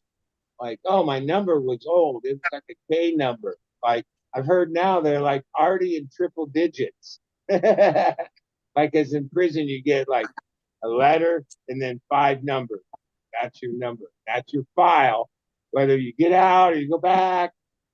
And statistically, it's like hard to what they say called discharge your number. And then, yeah, well, I got older, really. There's a lot of it, right? But then, yeah, I discharged my number. When you have a number, you're basically obligated there's like this, you lose your certain rights or whatever. That like if a cop, you have any interaction with a cop, it's like a law that you have to tell them, yeah, I'm a convicted felon. Like even though today they know right away, like an ex-con or whatever, you've been to prison because It shows up on their computer. like All one, they have federal a whole computers. different way of dealing with people that are ex-con because like statistics show that like an ex-con, 75% of the time they're gonna have a weapon. Okay. I never have, I'm not a weapon guy, but ex-cons are gonna have a weapon. If you're an ex-con, it's illegal for you to ever have a gun. Like there's no way to even register a gun if you're I can. well, in our state, I checked into it once upon a time. I can. It's all the way to the governor. I'm gonna be good. The things I read was, yeah, like a half dozen people a year go all through this process and spend the money on the lawyers, and a lot of that, like, you can't just be like, yeah, I'm a good guy. I need his gun back. No, you have to oh, it costs a lot to get your rights back when they take your gun rights away. But yeah, They took my felony away when Illinois went medical. Well, even like a a year, thing that like I a think year is after that I is get that you might not be able when to they vote cleared everybody's cannabis while you're related in prison, but like charges. some places, and I think it's a rule kind of like there's a gray area of it, right? Um, yeah, if you like in ex-cons, they're not allowed to vote. Which I think that's bullshit. Like fuck that. Like everybody should have be able to vote. I get it that maybe you shouldn't be able to vote while you're in prison. Okay, that that that might be a decent rule, but no, there's like a rule that ex-cons you're not supposed to register to vote. And like I never get jury duty ever, right? My wife used to get it like all the time. And she'd write on the thing, my husband is an ex-con, and then that would clear it. Like she didn't have to do jury duty because she's married to an ex-con. Whatever you call it. A I felon. wrote, I hate cops. Well, when you're an ex-con, they don't bother asking you for jury duty. Like you're not eligible for it. Which makes sense. I get it. Hey, Jimmy, welcome back, buddy. Yeah.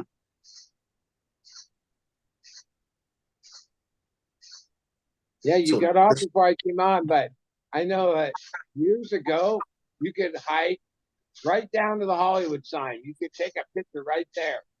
And then from what I know now, I haven't been up there in a long time, but oh, it's all fenced off. You can't actually get down where the sign is. And that's because over the years, I mean, the best one is when some whatever people changed the O's to E's and it read Hollyweed for a couple of days.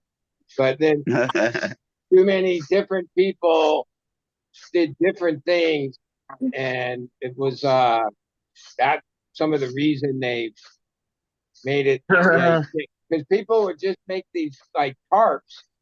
Like it's not that hard to change letters if you know. And like when they did the Hollyweed one, I remember driving down into Hollywood just to see it. Like the day or two that it, like maybe it was only a day or 2 days. Because when you were like down in the city looking up at it, you couldn't tell. It looked as real as fuck, but it was just tarps. Like they hung tarps over and made the E's out of the O's. That was a good one. Forget some of the other ones. They were like, yeah, people and their weird issues or whatever.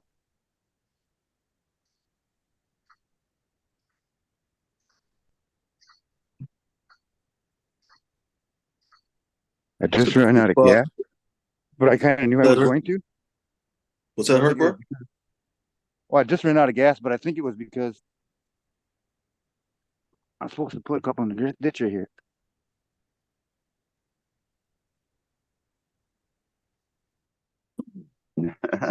I feel me. Tonight we're on a mission with hardcore. Like just a little bit of things he's been saying. I'm like, yeah, like I'm on a mission out in the hills.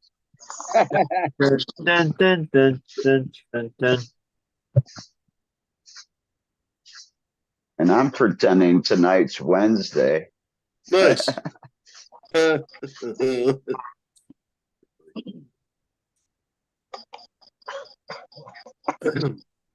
was thinking about getting a bottle of whiskey or something, but I think I'm going to go try to go see Jay and Silent Bob Strike Back over at Quentin Tarantino's theater.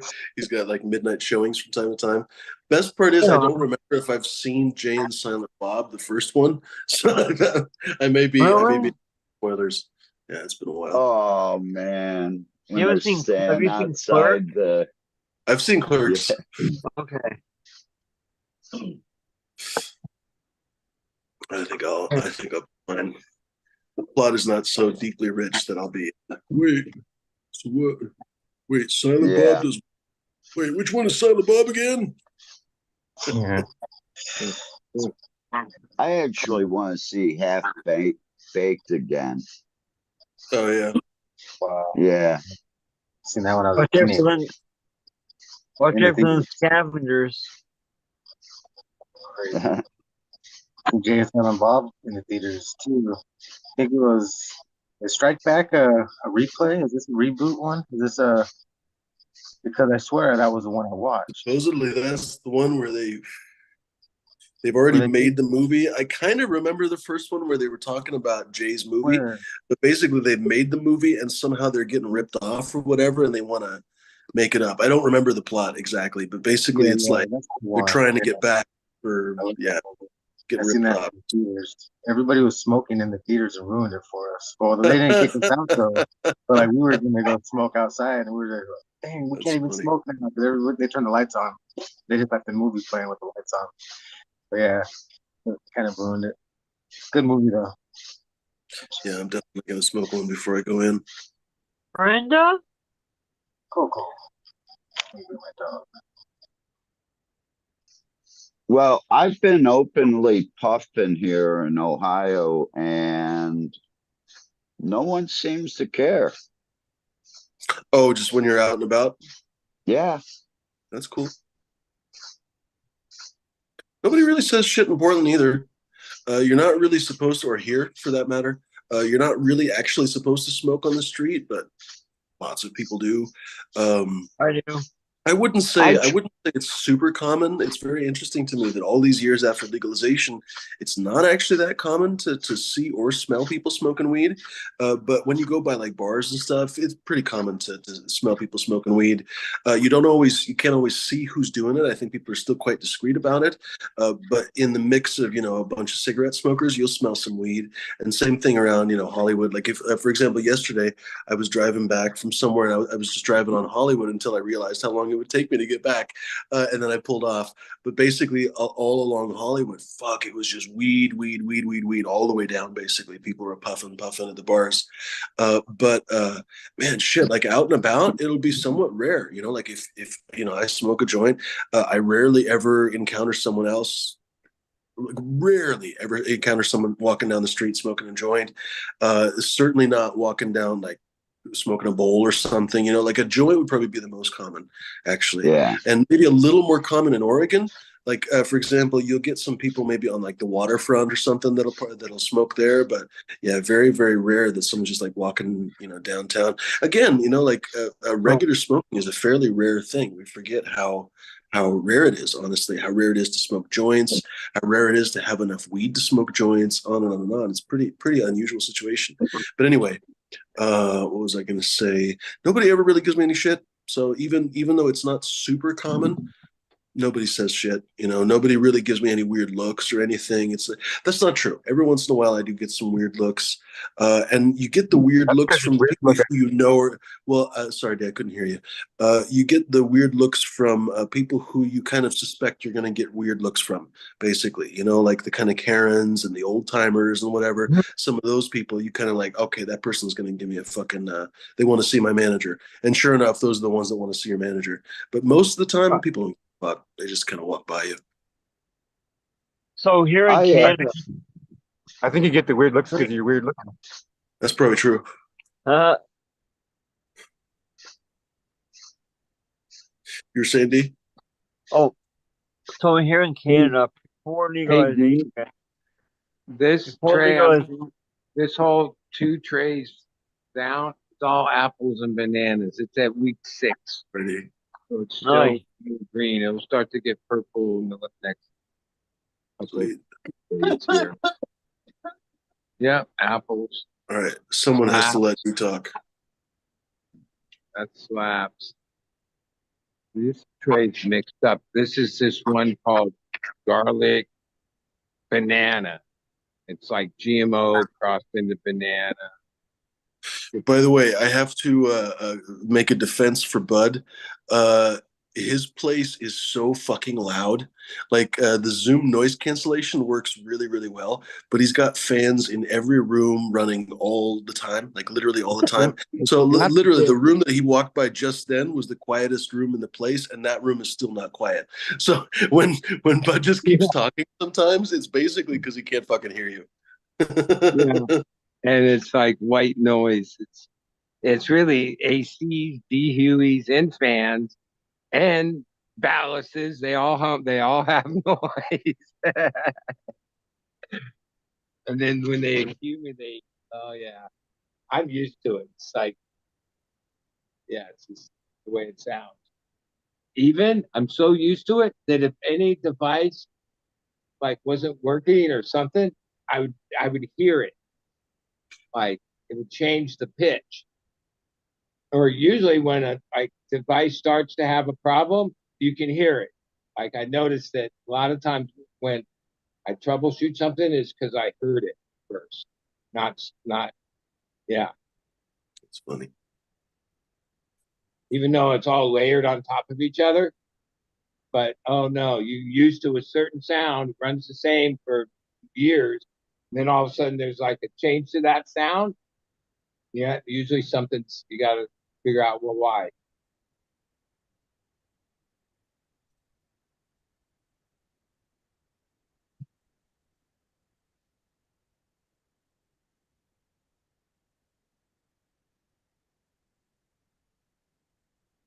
D, perfect opportunity to say what you were saying if you remember what you're saying.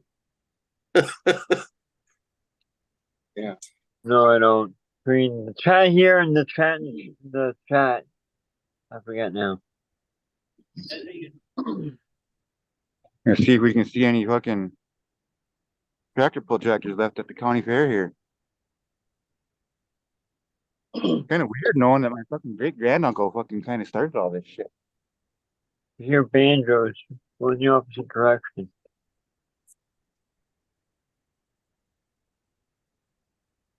Fucking 4-H, man. No. Great great granduncle started it in turn of the century. 15 miles from here. There's a couple tractor pull tractors. Still My only experience with 4-H was when I was a kid. My uncle was partners in this thing. It was like a dude ranch, and it was in Grants Pass, Oregon. And then I spent a summer there, like working or whatever. But there was the Medford, Medford, the big county fair, right? And we went like we brought horses there, stuff like that. But somehow I was convinced by the people, my uncle, and wait, there was all these ranch hands and people that ran the place that I lived with to enter this thing called it was for kids, right? Like, That's fine. and it was run by 4-H. That's the point. It was run by 4-H, but it was called a grease pig contest, right? And so it's this muddy ass fucking area fenced in. What's your name? And then all these kids, like 20, 30 kids, you know. And I was in the boys group for my age, right? So it was like, it wasn't like they were bigger or whatever. But no, these were kids that actually grew up on a fucking farm. I was a city kid pretending to be at a thing, right? And they let this pig go that's like grease. Right? And like whoever wins is who can like get it, grab it, and hold on to it. Right?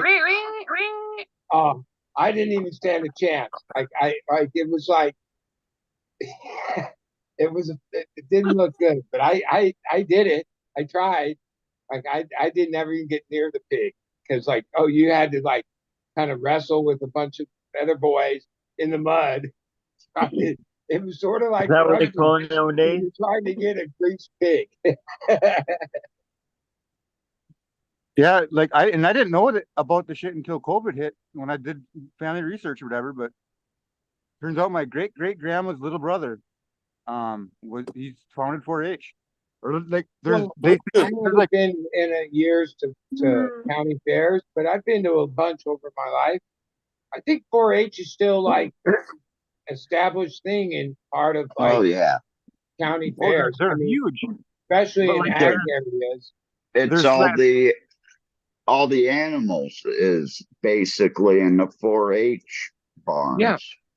yep, kids. yeah. There's what's right over there. There's a whole bunch of them.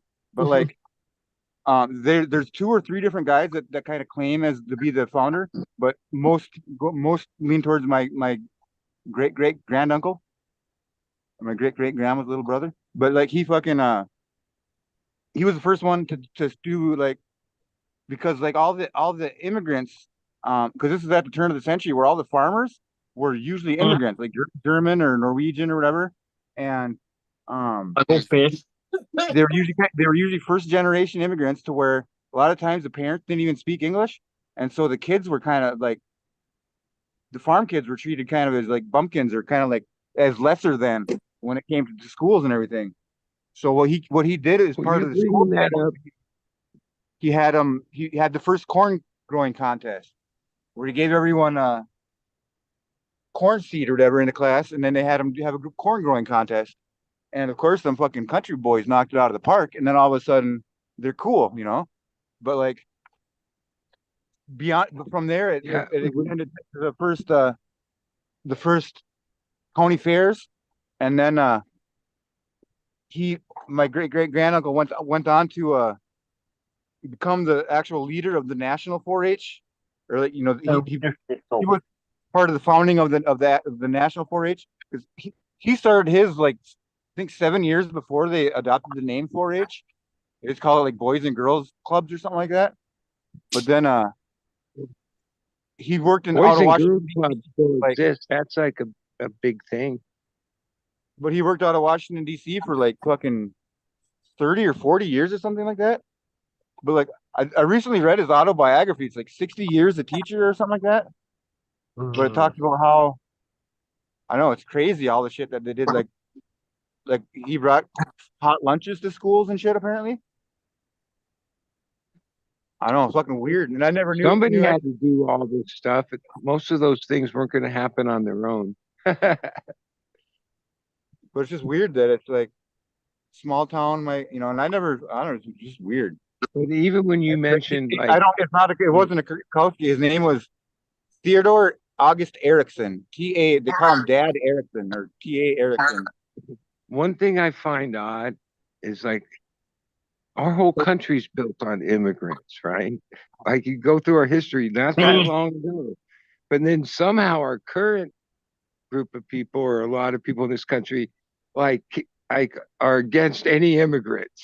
Okay, other than like the only reason they're here is because their families were immigrants. Exactly. Yeah. We seem to have like lost that part of our heritage in the Well, way that's the we thing, think like, I toward can't say that immigrants. when I hear people speaking in Spanish, or speaking in, well, they don't really, if they were speaking in Russian or something like that, it would make me feel a little bit at ease, or I mean, a little bit off ease, or whatever the fuck. Like, speak English, but it's at the same time, Don't come to Los Angeles, Korkowski. Don't fucking come to yeah, I Los know, Angeles. exactly. Los Angeles. Don't go to Thailand. Hola, Yeah, hardcore, ¿cómo estás? Yo Forget Thailand. quiero No, Taco Bell, I never. señor. Estoy bien, ¿y tú? No, I think the reason why people make fun of California and Los Angeles is because it's so wildly different than the places that many of the people that are watching right now live. I think in a good way. Of course, a lot of people probably disagree. Basically, here, whenever you leave the house, it doesn't matter which direction you go. It doesn't matter where you're going to go. It doesn't matter what you're going to do. You could be going up to a hike. You could go to the grocery store. You could go to the fucking Hollywood sign like I did today. It literally doesn't matter. And it doesn't really matter how long you go for. You're going to hear at least 5 or 10 languages, like at least 5 or 10 different languages. I don't think there's any place more diverse except for New York. New York is famously more diverse. But second to New York, I don't think there's any place that's more diverse in this entire fucking world. It amuses me on some level, because the country bumpkinness of it, that people will say, "Yeah, speak English." No offense, hardcore. I know you were being facetious, but just the fact that people like that are Now, fucking embarrassed for themselves for how small their brains are. Like, who the fuck gives a shit what language you're speaking, what language you're speaking to your friends with? If you want to speak to me, then we're going to have to find some way to communicate, but it doesn't necessarily even have to be English. It's really it's bullshit minded, honestly, to think that way. Music. Anyway, one of my favorite things about Los Angeles, honestly, is that it is so absurdly international. And wherever you go, like when I was walking by the Hollywood sign today, there were probably some Israelis because they were speaking Hebrew, young kind of hiker types, typical basically Israeli tourists. It's basically tourist season, right? So there's people from all around the world, a bunch of different Germans. There were some French, there were some Dutch people, there were some African tourists that must have been literally from Africa because they were speaking languages that I've never heard of in my life. Africa Why do you famously make those weird languages clicking noises? that it's a lot more dense than a lot of people realize, and there's a lot of languages people haven't even fucking heard of. Anyway, what else? No, I'm forgetting half the shit that was. Oh, Persian. I heard Persian today. I got baklava. Oh, and I got kebabs too at an Armenian place. I heard Armenian people oh, talking. Of course, Spanish, Chinese, Laotian, you fucking name it. It's honestly, it's magical. Frankly, a place like this is magical, and it all works. Of course, there's been some conflicts throughout history, but it's not like the people have problems because they're speaking different languages or whatever else. People are minding their own fucking business. Honestly, most people mind their own business, As and always, like, candidly, most people should mind their own business. I think that's something that we don't talk about enough in this country. I think we are a country of people minding their own business first and foremost, but we've shifted that on its head, and these days we mind other people's business for them. I think that's kind of a bullshit mentality. I think we should get back to minding our own fucking business. Not giving a shit what language people are talking, not giving a shit what fucking sexual orientation they have, not giving a shit if they're man, woman, child. I don't give a fuck. I don't care. I really don't care. I don't care about people. I don't really think about people that often, and that's not like I'm a misanthrope or something, but I'm like, I just don't really fixate on other people that much. It's not like I think about myself that much either. It's just like I have other shit to think about. Like, oh, I wonder if that guy walking down the street there has a penis. Like, that's not something that I think about. You know what I mean? Like, oh, I wonder if that woman, or if there is actually a woman. Like these are not things that I think about. I fucking mind my own goddamn business. And I think our society needs to remember, fucking mind your own business. Seriously. Anyway, I'm pontificating, but it is such a difference. It's not like Portland's a pretty lily white place, honestly. It doesn't have a lot of black people, but it has a ton of Asians. It has tons of Russians and all kinds of different, mostly white, but basically immigrants. But again, not too many Afro. It has some Hispanic, but it's really not as Hispanic, for example, as California. But I mean, in Southern it's California, another level. It's learn another real level. quick that like What's that, most bud? of the Latinos that you see are American citizens. Okay, Yeah. like I guess one of the nicknames is Oh, and they're their parents and definitely their parents were American citizens. Yeah. right, and like okay, like that. There's not like, and they're like a good part. Like yeah, they've been established. Like that some of those people were the original people that Mm. established Los Angeles, and oh, some of this area was technically Mexico not that long ago. But Yeah. regardless of that, even when their parents and immigrated, because like we forget that our immigration policy used to be completely opposite. We were like inviting people for hundreds of years. It was like, yeah, come, you want to Well, immigrate? we were Yeah, giving them come, land.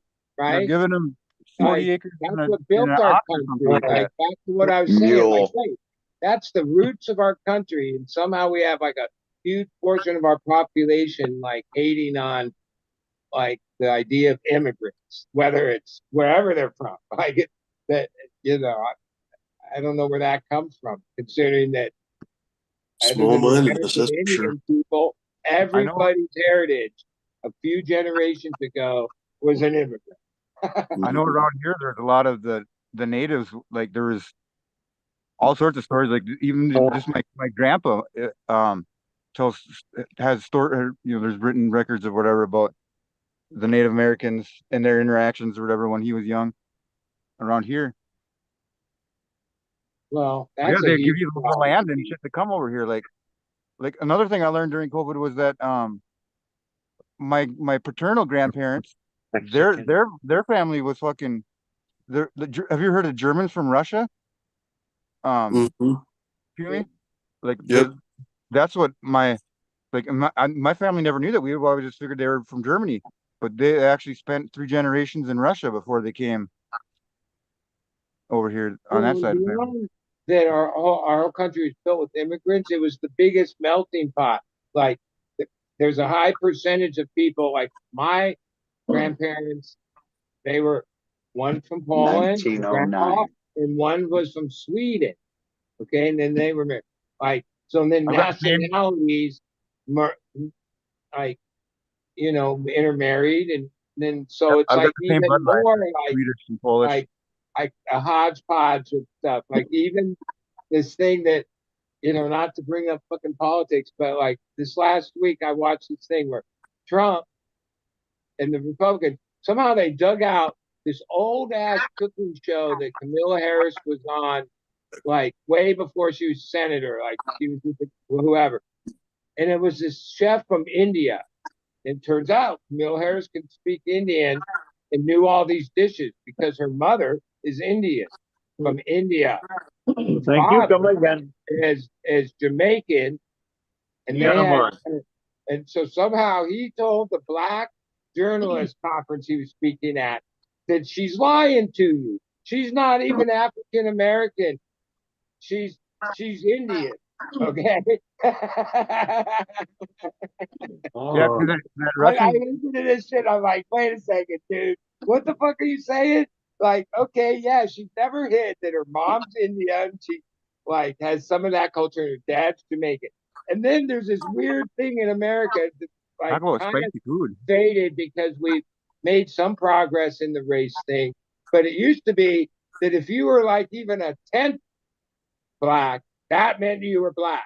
Okay, okay, that was the like, oh, the '60s. It was still like that, right? Like yeah. So somehow Well, a lot he's of the trying to noble say, families oh, were like she's just interbred. pretending to be a black people to black people. She's really. Well, if you go back far enough, I mean, we all kind of have the same. Royalty had to marry royalty. It couldn't marry outside of a class. And that's how Well, the it inbreeding depends on where you. happened. That kind of it depends. It's kind of changed over time England, in different places. Like I know in Germany, Poland they had Sweden. like 30% of the population in Poland was considered Śląska or like uh nobles or whatever, where they could intermarry with each other and they could own land and shit. Because that's what my family was, but they fucking and then you'd be named after a place instead of after a occupation. But a lot of countries were like that, where they had like the noble party or like that.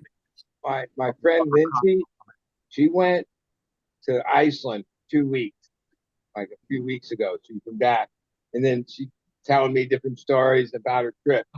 And like one in Iceland, everybody's white. Okay. Two, Well, no Wait, yeah, black they have person dating apps, wants to public go registry. there. or Before is it you can Sweden? date anybody, it's like an obligation by law that you check the registry to make sure they're not related to you because Yep. right now it's a modern place, so it has like a population of 300,000, right? Sweden has dating apps like that too, I think. And then the other thing that I found really weird, I was going to do my own searching, but like she says, there's horses and there's weird kind of sheep, but there's no other like wildlife. Oh, there's some birds, but there's no like apex predator. There's no wolves. There's no this. It, and yeah, that seems weird because what people go there for is nature and going on these like Hot springs. hikes and camp outs and incredible places and stuff like that, nature wise. But there's like not. It's not like, oh, watch out, there's bears, there's this, there's nope, there's none of that there. Well, I'm like, wow, how did that place an island?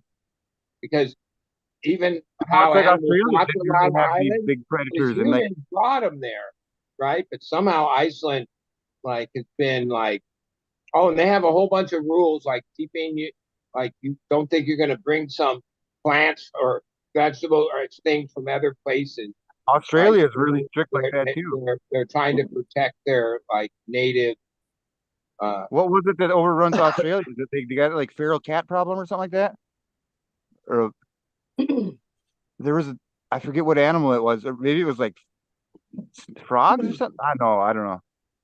There's some type of like, where they had bounties where people would you kill as many as you could, and it never made a dent because someone brought some to Australia and they Invasive species, just like what's happened to America.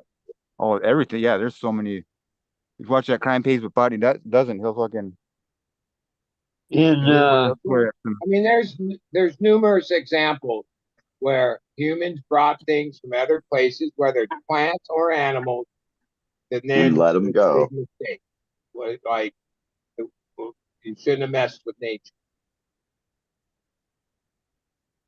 A guy I knew when I was going to college, he worked at this fucking place called the Bio where they're like they distribute animals for dissection for like fucking for schools and colleges and shit. But they get live animals and then I don't know if they euthanize them there and then ship them out or if they ship them out live. But I know at some point like they would have live animals going through this place and my buddy thought it would be cool to take a couple of these fucking like I forget what kind of toads they were, but they were like cane toads or like some big fat like bullfrog type toad that wasn't natural around here. And he took a breeding pair of them apparently and fucking let them out in one of these in a pond over in this town next to here that's got like it's a chain of 13 lakes. Like it's just all water everywhere. And like those things just like decimated all the fraud. I remember it was in the newspaper and everything, but somehow they never connected the dots like where those fucking weird fucking South American bullfrogs came from. They do now. Yeah, they got it taken like under control. Like I want to say they died over the winter. They couldn't over like the frogs here hibernate or whatever, and those ones they died. But they did a lot of fucking like it took a few years for the ecosystem to like catch back up apparently. But I know like the owners, like the big, the millionaire owners of that company, they knew damn well when they was watching the news, but they weren't about to volunteer that information. Well, it might have came from our hell company. no. We deal in cane toads, but no, That's millions of dollars in fines. yeah. They would have had to pay for everything that the state did to try to help bring back the ecosystem. And I can't remember what all happened, but I remember it was in the you'd hear about it in the news all the time. That was back when people watched the news too, the local news. And read newspapers. They still got the newspaper here. I'm lucky. I live right next to the news. I live right next to the newspaper building, and they do like they must do like dry or like they must have to calibrate their fucking printing press or something like that every week because they throw away like 8 bundles of fucking newspapers. Like a bundle's like I don't know, like fucking 50 issues or something. It's like 12 inches thick or 10 inches thick of papers. 20, well, I got today's yeah, papers maybe 50, but when I was carrying papers, no, maybe like 25. 12 inches was like 12 papers. Yeah, maybe that. Well, it's a small town too, but Maybe because it's a little bit that. Saturdays sucked. but I yank those things out of there all the time and use them for all my pottery because I'm always constantly fucking shifting pottery from one place to the next and fucking every time I gotta move it or like every time I go to the thrift stores I'll bring a bundle with me to kind of get brownie points and because they never have fucking enough newspaper and shit. I started taking stuff off of the shelves here and putting up my stuff. So I've I'm been gonna go to going through a lot of paper. I'm gonna go through my first swap meet next week. Next Saturday, I got a 12 by 20 spot reserved. See if I can't fucking Are you gonna unload pick up? some of the pottery on the masses. You going to a swap? Or you pick up the guys or the girls or both? Who are you swapping? Swapping meat. Oh, it's Hey, Swapped. I got Since no response since to that. hardcore knows all this glass, what does this stopper go to? Hold on, I I gotta bet you I can change the stump screen. you. Can you even see it? Um, Looks like an rough up, extended Hold but on a second. plug, right? a little That's bit. I want to say Blanco. seven. You're right. It goes to a bottle that's crackle glass. When I Somebody bought told this me. item, it was like 25 bucks. And now these things are like 200, 250. And the glass stopper like this, instead of the same color as the bottle, is really, really rare. Yeah, Blanco's got some I, crazy stopper designs. yeah, that's a Blinko though. My mom's had her birthday on the 30th, and my dad couldn't find a vase. And I said, hold on a second. I got a big green one upstairs for these roses and lilies. Is the Bolacante one that you showed last time? Yeah, Yeah, yeah. Like I have a red one that was identical to that, but it broke on I me. got one too. It's No, still I in one got piece, one but in the as we say, Blanco. I told you last time that I was gonna go to my truck and show you the ashtray that got me started collecting. Hey, D, I think we just unleashed the collector duel again. Okay, let's go to this because this Getting actually, collectors on the show. Let's go. Let's see some shit or hear about it. okay, so this was one of three hydro stores in Ohio when I first started. And to show you the picture, this is a Luminarch 3 hood. I will actually pay $50 for this hood today.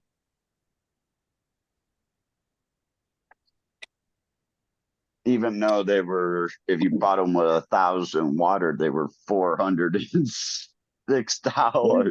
Like Now, somebody could here's the make other like what they thing. call like the indoor cannabis growing museum, and then have like exhibits of all the different eras. But you would need to have all this old shit from the '60s on, or whenever like the first people did whatever. These And these there's, two products there's enough here, history now to have such a place. I think people would check it out. these two products here are made by ESU Green Leaves. And it was a three-part system. And then HG bought them out because this was the shit for hydro. Oh my God, did I grow so much good weed with that. But you know, you're looking at this and you're saying, okay, it's still $32.95 a gallon. But it was such concentrated that it was, you know, worth it. You had Pure Blend back then and Big Bloom, Maxi Crop. Yeah, I mean, there was only a And couple companies at the beginning. yeah, And the truth is, about any of those people who established legit businesses to basically supply cannabis growers, even though, oh, yeah, tomatoes and all this, those were ballsy people at the time. Because, yeah. yeah, the authorities would go after those type of people. Here's the Aeroflow, which was the tube system.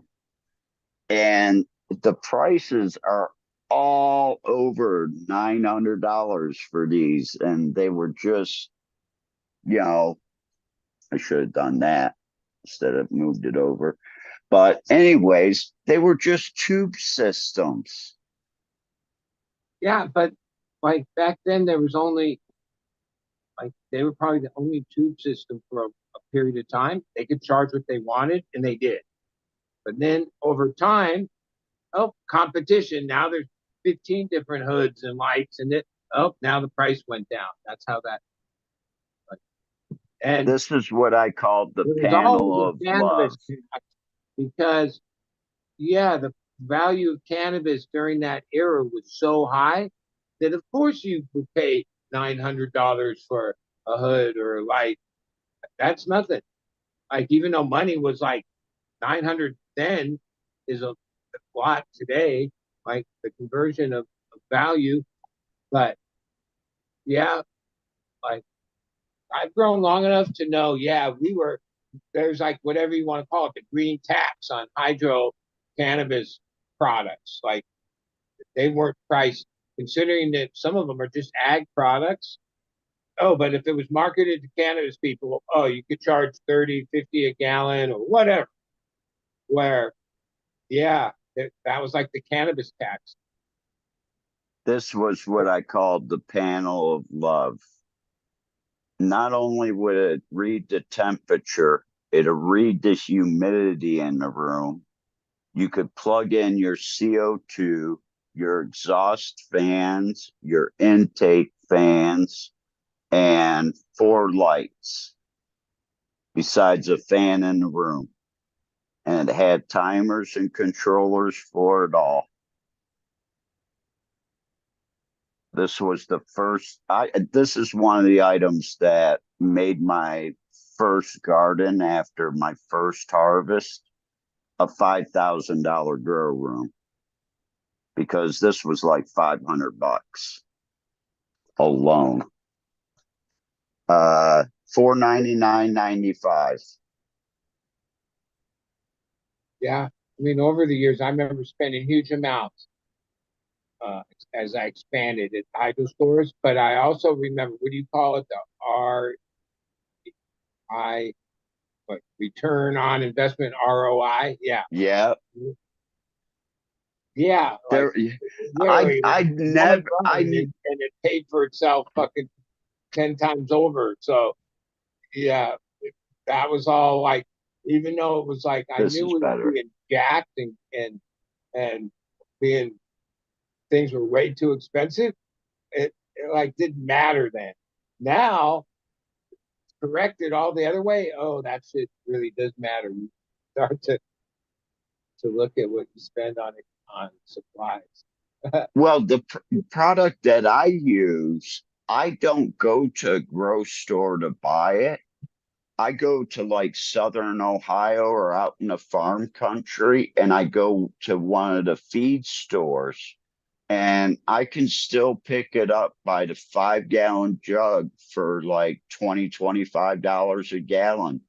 Where if I went into a regular grocery store or a plant nursery, they're going to charge me $45 a gallon now for it.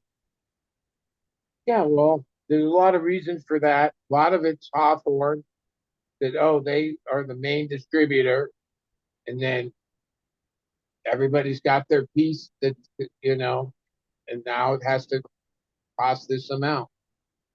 General Hydroponics and Advanced Hydroponics really fucked me over by buying all the companies that I use.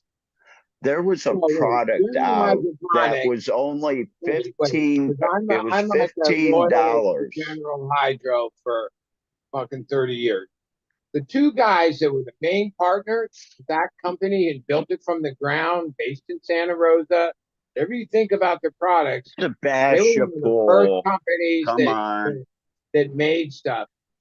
They were offered like this incredible amount of money. You can read in the Forbes where they questioned that they paid so much for what actually General Hydro was, right? It's like a sweetheart deal. There's I think a message from those two old guys. They were like in their 80s, right? Or late 70s. Okay. I remember having come to terms with that they were bought by, basically, I forget the company's name. That's like been merged into Bear, basically, but whatever. Yeah, wasn't that the American dream? You build your company for all your whole and life, and sell out. then they offer you a bunch of money and you take it. Like I couldn't knock them for that, right? And yeah, I I continued to use their product mainly because wait, who did buy Miracle Grow, right? Or Scott's, right? Which is just a subsidiary of like, oh, it's all fair now, but whatever. Um, they put out a statement when they first took it over saying that they're not going to change any of the formulations or the methods of making the products. And now it's been, I don't know how many years. I could tell if they changed anything, right? No, still the same shit, always has been. That's not what happens a lot of times, right? Oh yeah, this company buys it and they go, well, wait, we can make it this way and that way a little cheaper, and then they change the product, right? I wouldn't doubt that in some point they do, but so far they haven't. And they stated that at the beginning because that was like, yeah, if they would have like reformulated it, well, then fuck that. Because I've been sampled and used fucking 5 gallon jugs of pills and cutting edge and so many kinds. Athena recently, over the years, I've always gravitated back to G8 3-part floor series, mainly because I've used it for so long that like the difference of and I'm talking about 50 gallon reservoirs, uh, 212 milliliters and 188 milliliters, each of the, like whatever. If you ever look at my recipe sheet, each week the recipe like has little modification, right? Yeah, I know that from like 30 years of using it. When I use other products, oh, they work. Some of them are expensive, right? I would have to spend a lot of time and to like get those intricacies of the recipe dialed in with another uh brand stuff. Where with GH, no, and as long as they don't change the formulation, no, and it's not like it's some secret. Like most of the adjustments I make are like from logic or just things like the plant, the stage it's at.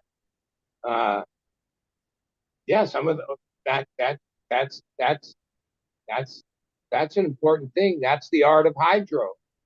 Like hydro gets a lot of shit in today's world, but um, not everybody's good at hydro.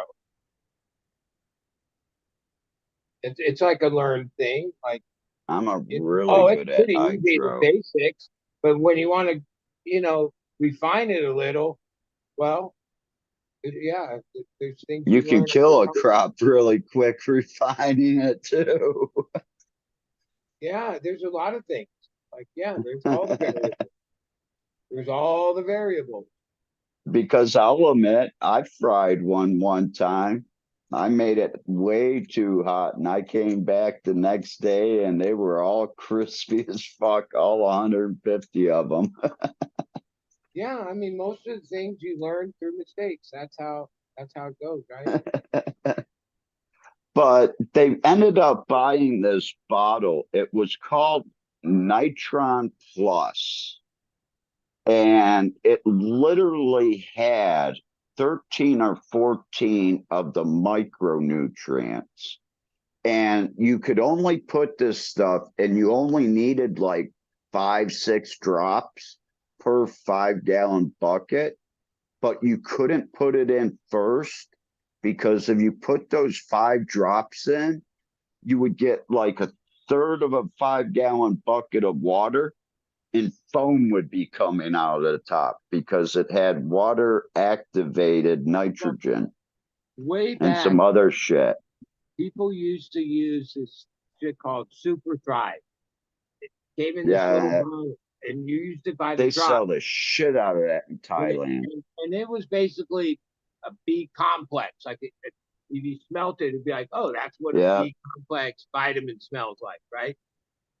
And literally it would be like 1 drop for 5 gallons, right? But people would use a little too much of that shit, and yeah, it would fuck up their shit. And then there's like a thing where people grew with that primarily and used it a lot. The weed, like there used to be a terp Tastes called different. Super Thrive, right? Like, yeah, somehow that shit was so potent and shit that it, like the weed would taste like it, right? And this was back when, like, yeah, there weren't many nutrients and shit. People didn't know any better, and and Super Thrive isn't bad as long as like yeah, like when you read the thing, it's like 1 drop per whatever. Any more than that, you're way overdoing it. Well, when I was in Thailand, I tried to get 2 people to cut back a little bit. They were using Athena and they were pumping CO2 into the room. And they were at like 14, 1,500 parts per million of CO2 and 1,500 parts of nutrients. And I'm like, hey, this is the reason I told you 4 months ago I could take nutrients in this guy's weed. And now he's growing with you, and I Yeah, see the you might not be controller on the wrong wall. That's way too much. because okay, when I first ran Athena, I did what I do with all foods. I cut the recipe In and half. ran it around 1,200 ppm, 1,400 ppm, you know, one EC to 1.2 EC, and it didn't really. It was like, oh, whoa, this isn't, plants aren't digging this, right? And then I went on their website and read this thing. I still remember the thing. It said, trust the system, right? That was like the page that like literally told you to run it at 2.8 EC to like 3 point something EC. Yeah. I was like, what? If any other food, any food, all the Burn known it. ones that have been out, you ran anywhere near those levels, first thing that happened is your leaf will twirl, right? The it will like have twirls in the leaf, right? Because it's too They much roots and dip burn and everything else. Basically, kill the plant, right? But somehow Athena, like my hands. weird whatever design salts they made, is meant to be run at that much. Now, yeah, I ran it a few times, and bud was like the yield was right, and that good bud, but the whole cycle, it was like, yeah, you were like giving the plant the maximum like of food. Like the plant to me wasn't happy. Like I felt like I just trust. Hey, I did what they say. I trusted the system, right? And when I used it at that higher rate, oh, it did work, right? But the plants were never happy. Like hard to explain. Like yeah, leaves would just get yellow and die off because they've fucking been oversat. Like, but the bud was fucking big and good, right? I've been And then coming after it went across away, people. I was like, oh fuck this shit. Like I couldn't after all the years of running like low EC with other foods and having good results, it just was like I couldn't trust that system. Like that to me was like like yeah, I yeah, that's high. That's really high. And a lot of times, like, oh, if they were only running it, like you said, 1,500, that's what I did at first. Oh, it don't like it. It has to be like run like high. That's where it's effective. And and it's not like, oh, you have to use that much more to get it high. Well, a little, but but yeah, like Well, what are you all the years using of to all the flush it different out? hydro products, none of them ran at that high EC. Like that What do wasn't you the way we ran. But that product comes out so many years ago, and now we're like, oh yeah, 2.8, 3.2 EC. Like if I did that with the 3 part, oh, that would torch the plant. Now I forgot the fucking question I was going to ask you. Uh, Oh, what are you using to flush that out with then? Because I know you're flushing it out. yeah, like You we can't just be 7 and like 8 and running it 8 at and a that. half or whatever. They just go to plain water. Sometimes Okay, that we have like a jug that I hardly ever use it of clear up like yeah, whatever that product is. something like that. I forget I just plain water's good enough. Yeah, the last couple weeks they just get plain water. Okay, that's why I can't taste any of it in your product. Yeah, well, I tasted weed that you could tell was grown with GH. Oh yeah, I mean, but that I already know Fox exactly. Farm. I could make you can do that. Well, first off, ever since the beginning, I used like a quarter, third strength to start out a food. Sometimes that wasn't high enough, so I'd get up to half. Half, It was like a known thing. Whatever it says on the label, don't pay attention to that, half. right? Because even back then, the label was basically made to sell more product, right? And like all those foods from all those years, yeah, they would tell you to use whatever, but really the plant was happier with much less of it. But oh, that doesn't sell as much product. So of course on the label you're going to try to get someone to put in like whatever 2 tablespoons per gallon when 1 tablespoon per gallon is way happier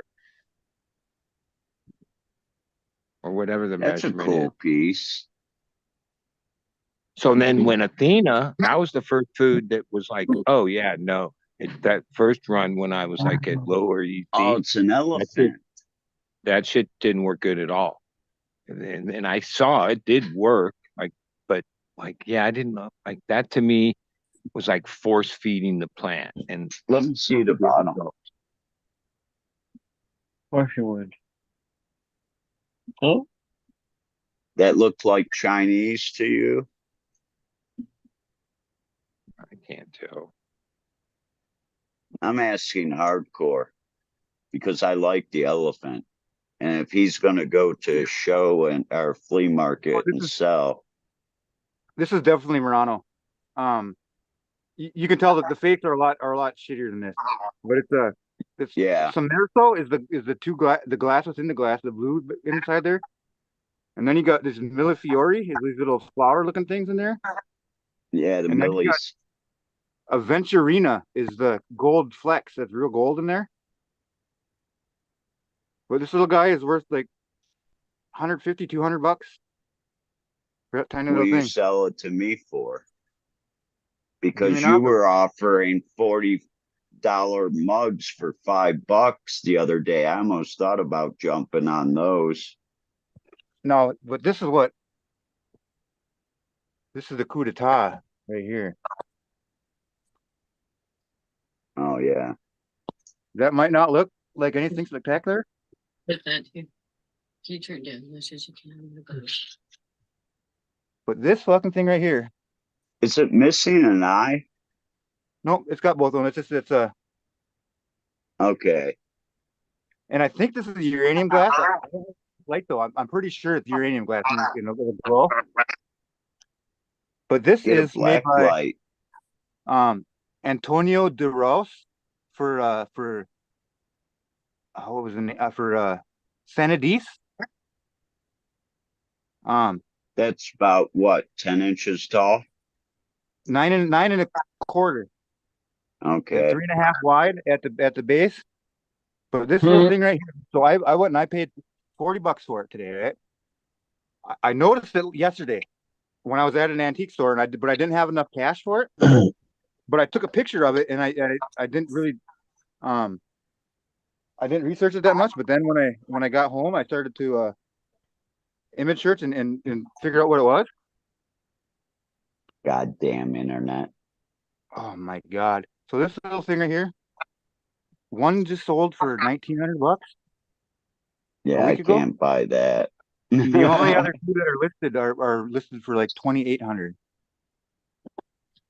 Sounds Holy like you fuck. need to sell that one on eBay and sell Well, what me I the plan on doing, elephant for I don't have 50 an eBay account right bucks. now because I gotta pay. I'm like, I just got mine back. I mean, I haven't had mine for years now, but like, and it's all I Eight, keep checking on it. It's only $40 worth of fines that I got to pay, or fees that I got to pay them.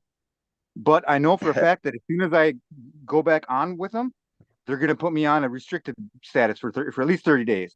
And what that means is if anyone buys anything, you have to cover the shipping and everything like that, which can kind of fucking screw the guy when it's. oh, So I don't see, even fuck with someone tried using my account, so they locked me out on suspicion.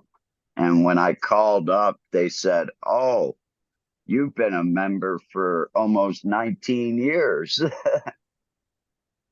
And I said, "Well, you're not counting a couple years in the 90s that I was buying too." Yeah, here's the latest sold listing. Technically, they took a offer, but I'm guessing they got paid 17 for it, maybe 16 at the least. Nah, maybe 16, 15. 15, yeah, 15 is a possibility. But yeah, for $40. So like, and I realized it as soon as I got home what it was, and I was like, oh shit. Peace, Jeff. And I had to fucking beg, borrow, and steal this morning to be able to get my ass because it's in a town 15 miles from here.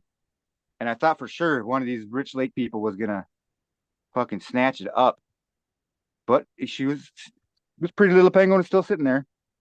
But no, like I say, the only current listings that are available right now are fucking I think it's $2,800 or something like that, or 25. But I figured if I just because like, what I'll do with things like this that are really spendy is I'll short sale them. Like I'll just like I'm a member of God knows how many Facebook groups, for each. I'll give you $100. No, I'm thinking five. I'll go for it, and that leaves someone with fucking $400 or something, whatever they want to make off of it, and I get my money quick, and I'm out of it. I've done that with quite a few things where like I had a little glass paperweight. Like, have you heard of HC Fry Glass? It's a glass Yeah. company. They have the little beaver paperweight, and the green one I got it for $3 at the thrift store, and I found out it was worth $800. So I sold it for $400, but I sold it in like 2 days. But if I would like I could have put it on eBay and waited a week and probably got that 800 out of it. But then eBay would want their cut and all this other shit. It's like Which is this way. 20%. Yeah. And they're trying to take, so like on Facebook Marketplace, they have the shipping option. But if you do the shipping option, they take 10%. Fucking, You and it's know like, what? so there's Go ways to the around it. clubs. The clubs have their own buy-sell groups, like the Murano Club on Facebook. They have their Yeah, own well, buy-sell there's group. several Murano sites. A lot of them don't allow advertising too, but there's buy sell groups that I'll post in several of them. Like I just shipped shit back to Italy a couple weeks or like it's been like a month or two now actually, but I had a big fucking amber centerpiece bowl that got sold right back to Murano. Kind of That's weird. cool. Yeah, they I paid more than they paid like $150 for shipping for that fucking thing. yeah. But yeah, so this thing is heavier than shit. I bet this thing weighs 15 pounds. I'm gonna go put it on a scale in a little bit here. But it's crazy like the different angles of light that it'll pick up every the different ways you move it. That's what I like about my Saraguso frog. It's just blocks of different colors. So Yeah, when this the one I'm not light sure hits it, if this is Vanini or Barbe. I'm so not sure. sell it to me for like $40. I'll let you have it for 50. That'll get you back on eBay, and Well, I'll that'll get send my a US I'll send a US postal money order so you can cash it right at the post office. my phone gets shut off at midnight. In bot funds. Well, I mean, I'll be on Wi-Fi, but Send me an address and I'll send you a fucking check. Or if you got, what I usually do is PayPal or fucking like Facebook No, Pay is direct. I'll send you a US postal money order because they're like 99 cents and you can cash them right at the post office, no paper trail. Okay, I'll have to think about. Well, yeah. Well, Yeah, we'll you probably on work Wi-Fi out. right now? No, I will be in about 13 minutes though. Well, okay. Well, in 13 minutes, you can send me your address and I'll send you the check. And then it'll go into my collection. It won't go for sale. And that's what I like doing too, is like I know that the people that I sell these to, um, more often than not, I sell them, I'll sell them to a collector or something that's gonna actually appreciate, you know, put it on a wall and appreciate the dang thing. Here's my first Blanco ashtray. It's all covered in wax and shit right now. But this is the amoeba ashtray that started it all. I got it for $1 at a garage sale when I was like 12. Yeah, me and my mom actually the other day when we were talking civilly to each other, we were talking about, we were picking up a lot of Blinko for my collection. And I finally had to say, Mom, listen, I know it's only 10, 15, $20 for the big vase, but there's so much of it out there. I can't keep buying it. You should see the mushrooms. I'll bring up a picture of the mushrooms that guy that made that. It's a penguin. Is that what that big ugly thing is? Um, but I'll show you some of the mushrooms that guy makes. They're insane. Here's I'll bring up the Stu Ben mushrooms that I just bought. I paid $900 for two Stu what is this? Ben mushrooms. Niels Bohr, I think is what this one is from 1975. But this guy, his fucking like just a bowl of his like a cereal bowl. They go for like $90 on eBay. So I bet this thing is fucking would fetch me $100 on eBay. But technically, I think she's a pot without a lid. But believe it or not, in a lot of instances, that doesn't matter as much as you think it would when it comes to I mean it can like especially like if they're more like production pieces Ornate. like if it was Fenton or Blanco or something like that missing a top, then it would decimate the value. But for Yeah. something like this that's studio made, that's one of a kind, it's or like even like like the It red wing croc. destroys the value when it's studio made and it doesn't have a top too. Yeah, I It am just destroys the value. I'm trying to talk up my piece here, man. But I no, know. but it's still like I'm hold just calling the bullshit. literally 2 days ago I sold a Tokheim bean pot without a lid for full price. It was they gave me $50 for it, and it was I'm surprised they even drove to come and get it, but they got some other stuff too.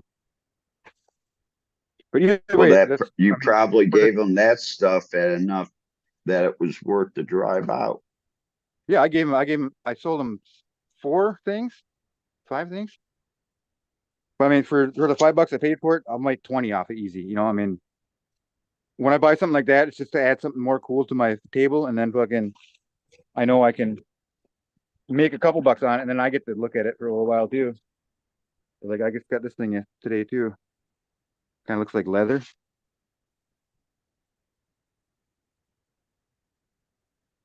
Pretty fucking brutalist bowl. Wood fired. Fucking.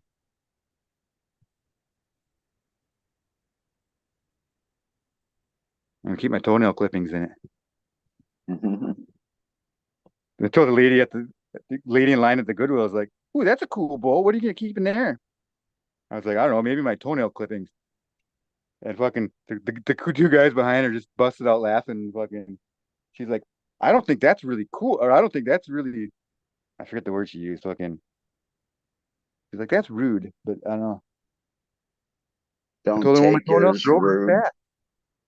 Don't take it as rude, but your $3 Saturday, the following day I did $3,000 at the National Sports Show. Yeah, I did jack shit that, I mean, but it's not, I Yeah, don't know. Well, like, I've held that little sale thing there. Because legally you can only have like a garage sale 3 times a year in this town, apparently on the same property. Not that they're gonna even try to enforce that shit on me, but um, no, every weekend that I've done it, fucking, I've had like maybe 50 customers, but it'll always be only 2 or 3 that'll pay more. They'll pay the way. Or like, because it's yeah. the studio pottery collectors that I'm after, the ones that know what I have. Because a lot of shit that I have is fucking worth a lot more than fucking your average Joe would care to pay for it. Fucking, because you're not paying for a bowl, you're paying for the stamp on the bowl. This is my favorite mug right now. Big old beast. Fuck that up.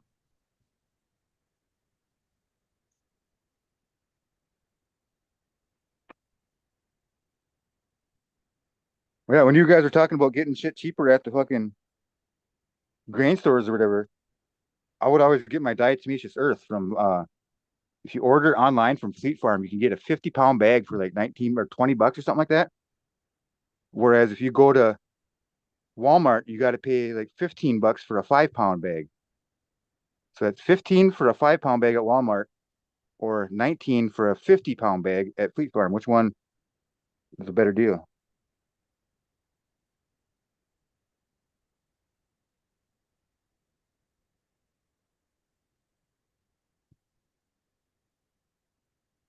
I don't know. I'm always trying to figure out the cheapest way to do something. Yeah, and diatomaceous earth, when you make it water soluble, it's the best way. Because that's how we did it when I was doing it commercially, where when we first started using it, we were putting it in the air puffer things or whatever, and trying to fucking air disperse it over all the plants. And we're going through fucking 50-pound bags like fucking nothing. But then I do a little bit of reading and it's like, well, hey, you can mix it.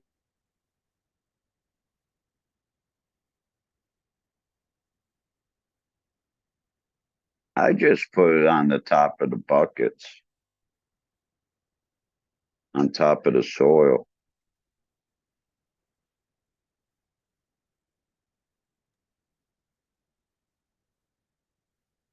Or like with the water that I watered these seedlings in, or the ones that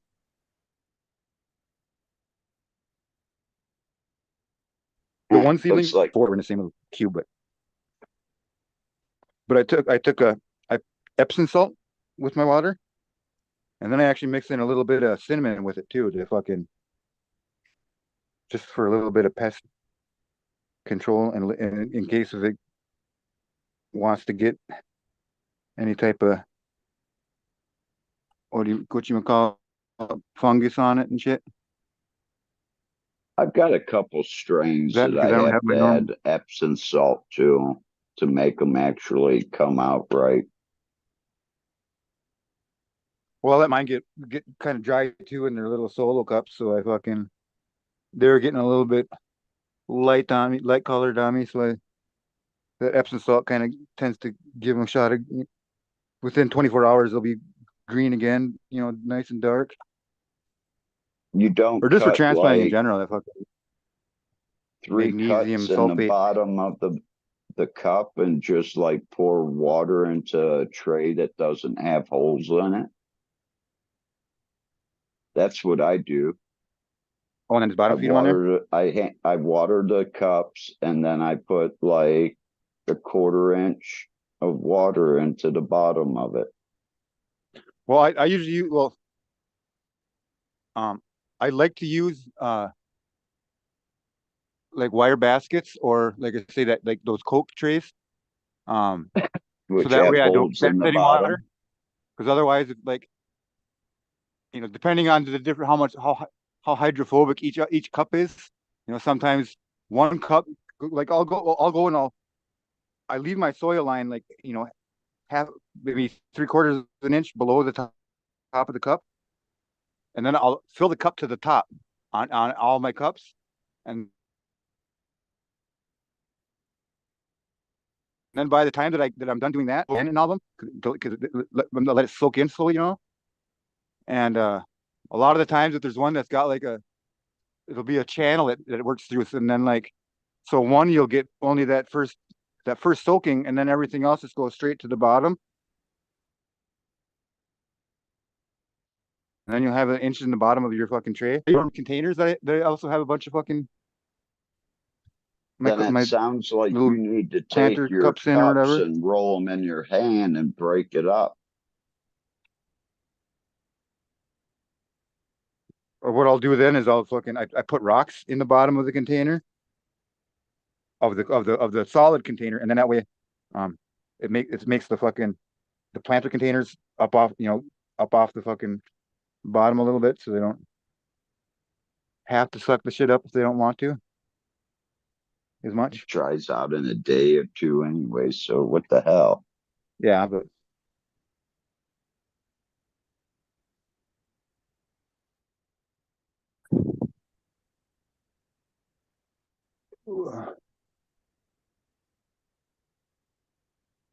God, I hate being in town and you can't see the fucking stars.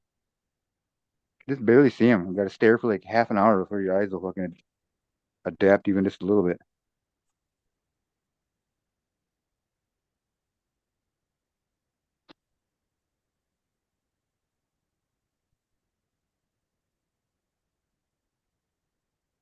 What's going on, Green Fingers? You're not talking.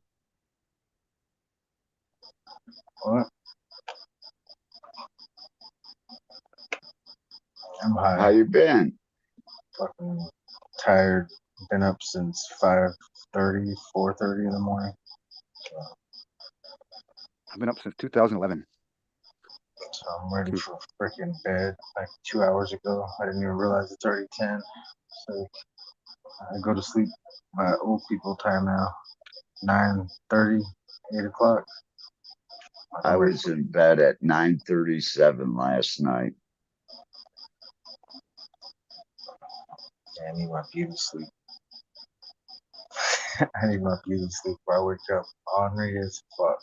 And yeah, I'm a face sleeper, so if I sleep too long, my face hurts. Get that crease going up on my forehead right here, going across my shit. Been sleeping on my back lately. Trying not to mess up my money maker. No, I've just been looking for seeds. That's all I'm doing right now is looking at seeds on my phone to the next 2 runs from now.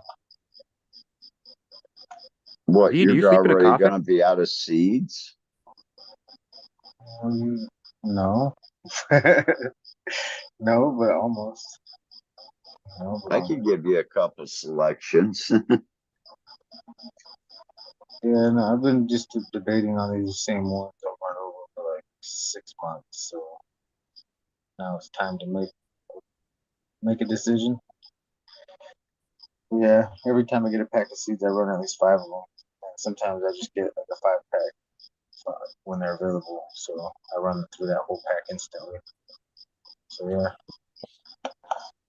like all the North Star stuff is 5-packs. So I usually have 3 or 4 seeds left. It almost gives you like a 9, 10-pack almost for a 5-pack.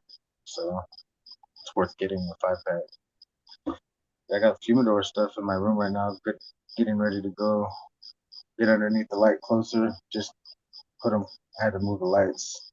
Everything got out of control. Surf grapes looking good. The other ones got shadowed out, so they're still I got a sprouting. TLK one that's looking pretty good. The bogs got shadowed out. I don't think none made it. The bog grape, sour grape.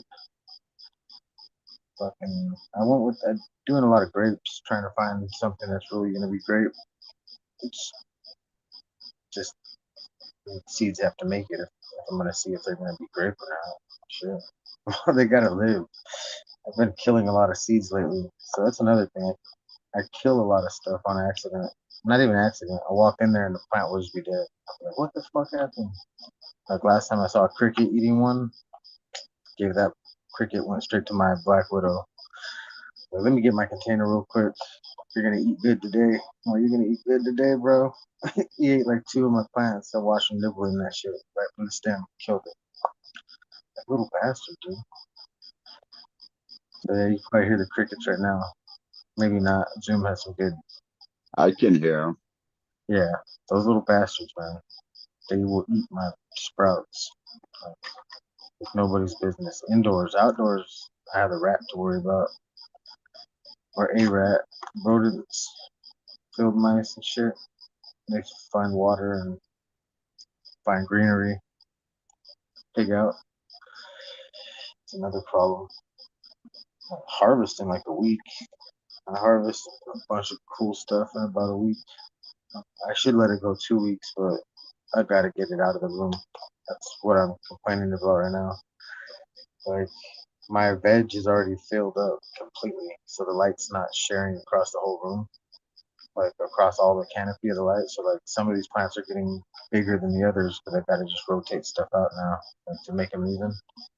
There's no more room under my light for It all this. would if you put 1,000 watt HB or metal halide up. No, my veg room.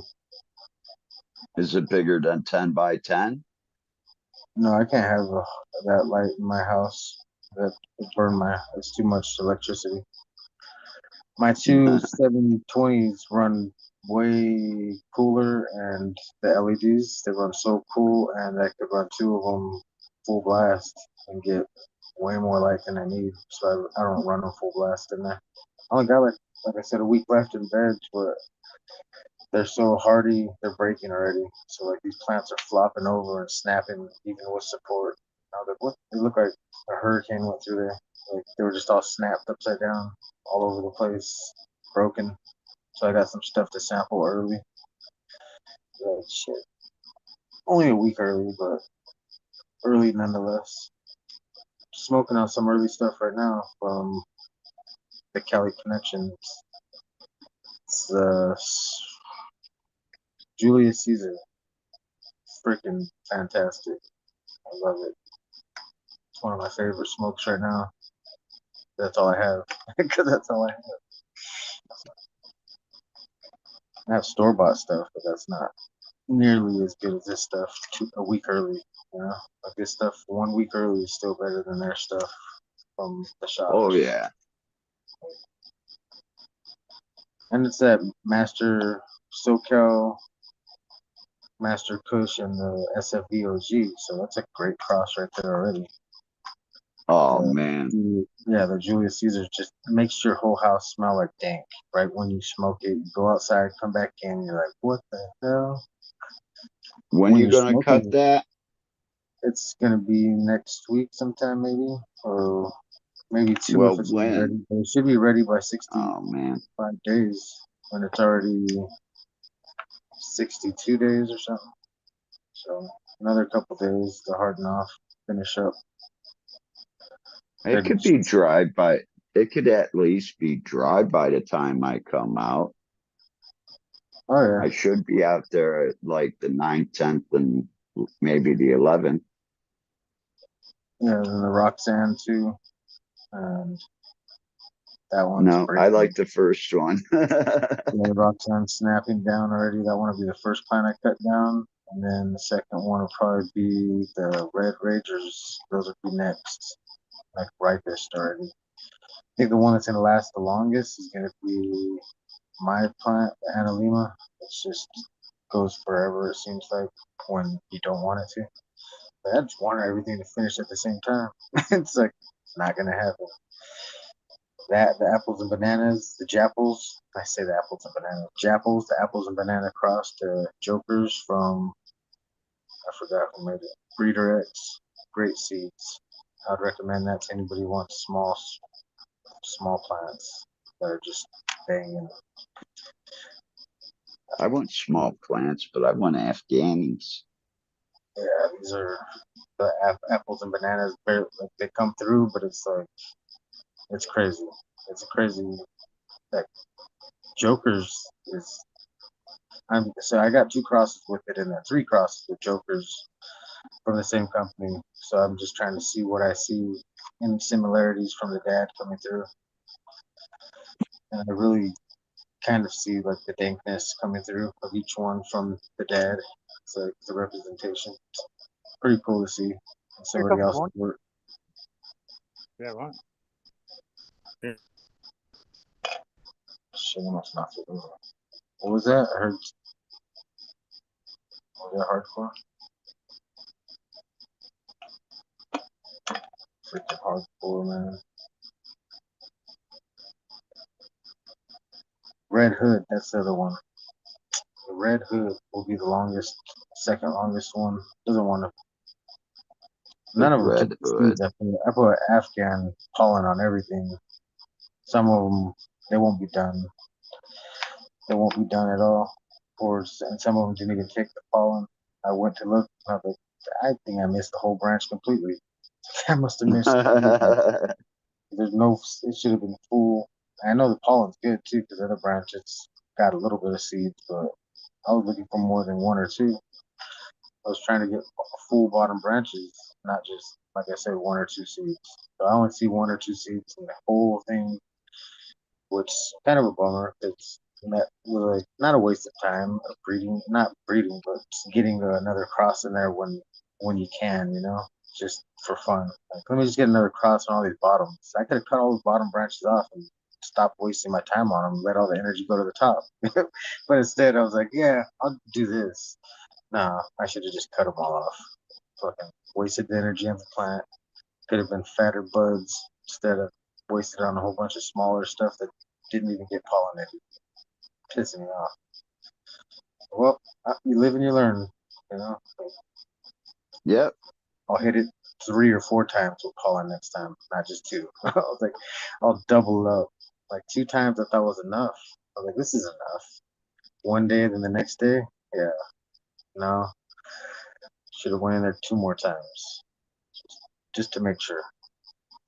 I do it 2 ways. I either leave the male in the room because it's in a separate room, or I put it in a separate room and take an air compressor with a little bottle I have and just spray the room.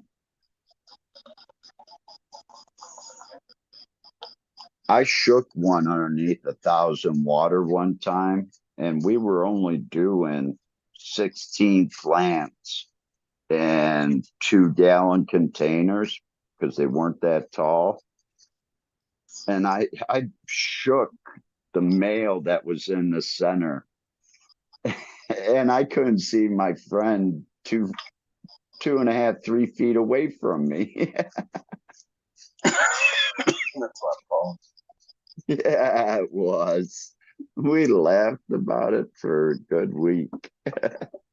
See, mine saved pollen, so I had to like take a Q-tip and go in there and try to save as much pollen as I could, Nah. as little as possible. So I was like literally flicking on each nug, like I was in there for like 5 minutes trying to get all the bottoms. Shit pissed me off. I only see 2 of I'm them. actually trying to get a distributorship here for PBS Plastics, which make the bags that go over the buds What are those or called? Pollinator tents. bags? Pollinator bags or something like that. They're just mesh bags that are What's that micro? 15 micron, 10 micron. Can't remember how small it is. Pollen grain. I put those over the males to collect the male pollen, and I strip all the little shit off. Yeah, I should do that next time with the whole branch. And then when I go to pollinate something and I need some smoke, I put those bags new ones right over top of the main cola.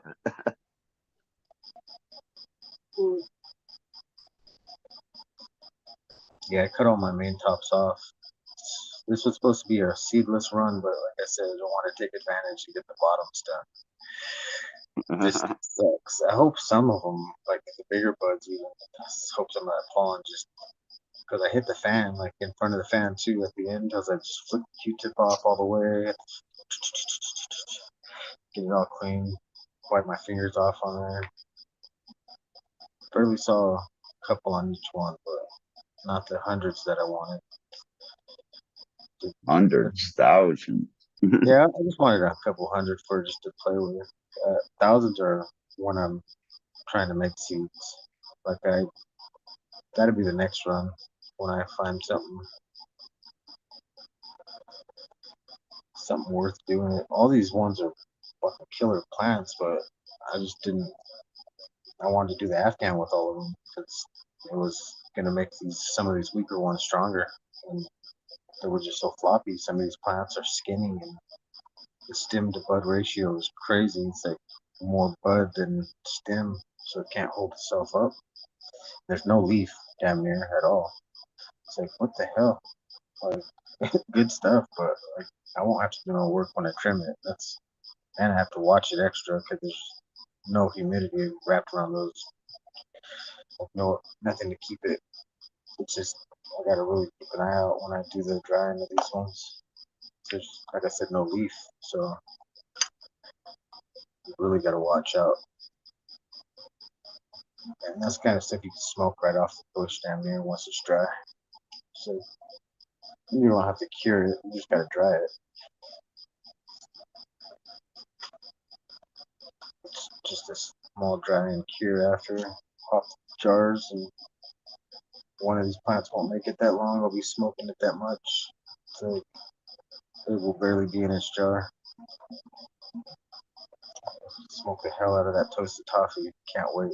That's the one that I wish I planted like all three of the seeds that I have, but they were freebies from another pack. You can't purchase them. Well, you can't purchase them, so it's like they were just freebies only. It's like one of those. I wish I took a cutting, but it was floppy, so I didn't. And like the whole thing's flopped over right now, completely, every different way, just out of control. Smells so good. It's white truffles times Gary Poppins. That one's got the red runts and the Gary Poppins. Really got some cool smells to it. I actually have a bag of red runts, or red soda pop runts here. The red pops are fucking amazing. The red pop shows more than the red runts on the crosses that I have of all the red stuff right now. I got like 3 of them in the room that are red pop, red runts. And the red pop is more red pop than the red runts, or sweeter flavor, more of that.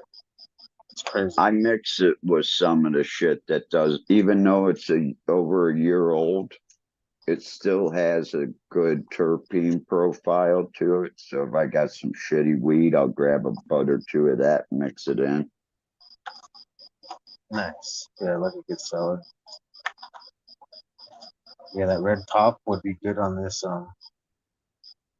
Julius Caesar. That would be some amazing shit right there. Julius Caesar red pop. That would be fire.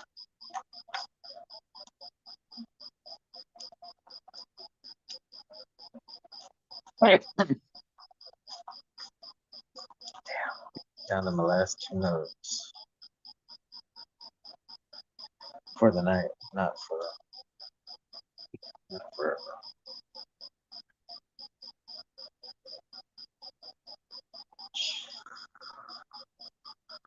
Let's see, I have quarter, a half. I got 3/4 of an ounce. No. I got a full ounce.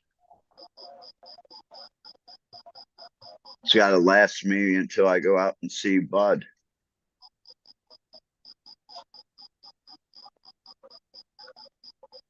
Yeah, so I kind of lie about running out of Caesar again looking at my collection. I'm gonna stop in Las Vegas to see a friend, and I bet you he ends up giving me probably close to 3,000-4,000 seeds. I only have a couple hundred on the top shelf right here. They're all from one. They're all from one person though. That's like the seed count, not the packs. It's like Well, 40 he's been packs. working a lot with like the Northern Lights from McCormick. He's got them all almost up to F3 now. I almost have 240, 50 seeds from just one breeder. That's only like 40 packs, 30 packs. I got 40 packs. 8,000 Thai seeds.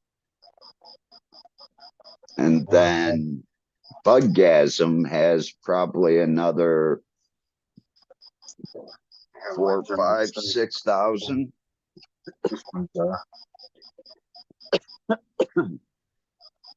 Gotta pull out the white ones. See, that's the thing with ties. You can't do that to them. If they look really, really light color, it just may be that plant. Some of the squirrel's tails are that way. Yeah, I like to plant them separately. Plant the white ones together and we'll plant the other ones together. See the differences. But you have to plant handfuls of those. The rats ate them all. So like half that jar was planted outside this year, and all of them were eaten up.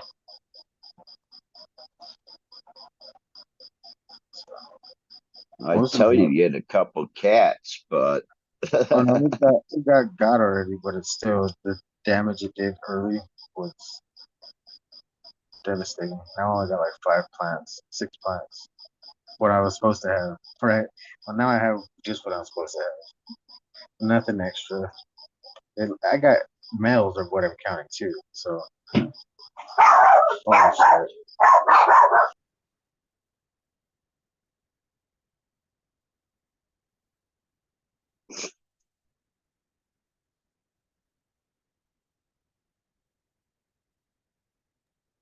Neighbors set off a firework. She was loud.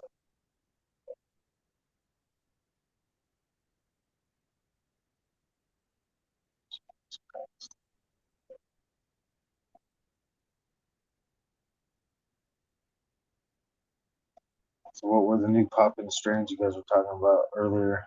You and D, you guys were talking about all the marker stuff. permanent marker Permanent marker. and magic marker. Magic marker. That's the one I never heard of. What's that one? I don't want to look that up. Let's see. I guess I can. It's got something crossed into it that made it look really, really intriguing, but permanent marker is better than magic marker. Magic marker is just not as good as it sounded like it should have been. Think that could just be a pheno of it, or is that just a clone only, or what is that? What's that one? What?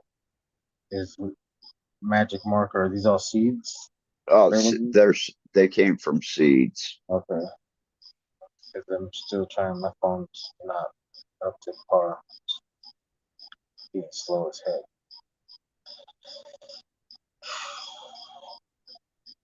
Surprised. See, in Thailand, they like to buy a lot of S1s.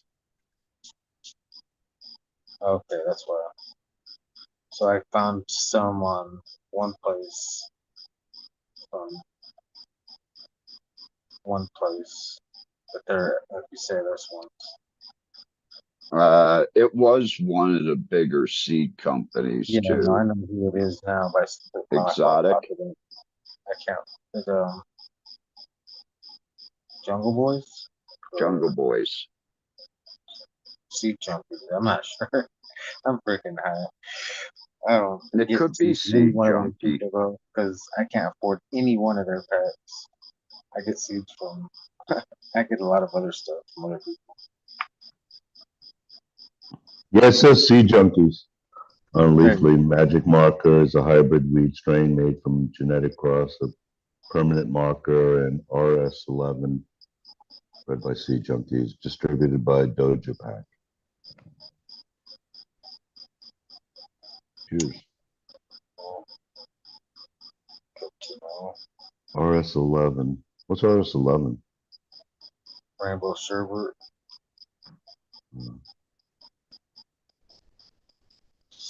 I had a cut of that for a while. I never got to finish it out. I was trying I to. wouldn't run of it. Fred was I talking didn't about care for it. crosses with Starburst 36. I was just looking that up too. Tangerine, cross of Tangerine and the Hook. Well, that's Starburst 36 #1. I don't know. 710 Labs. Starburst 36 #1. Never heard of it. You know. Tangerine, heard I'm of it. always Just recently to Starburst. Yeah, never even. Doesn't sound like. See, I'm interested in some stuff, and when I hear Starburst, I'm like, it might be fire. But I'm gonna look it up. Man, I can't spell for shit.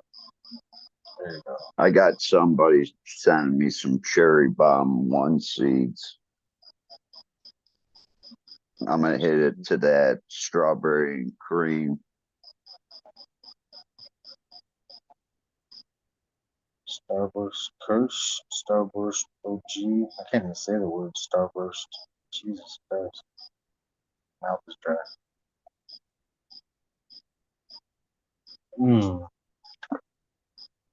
Starburst runs. Starburst.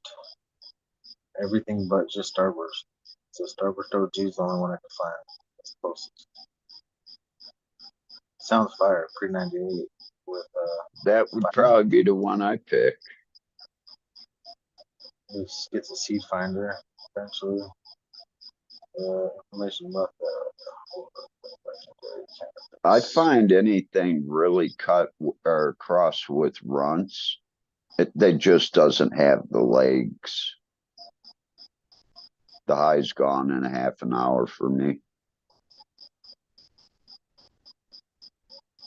Lemon Larry terms.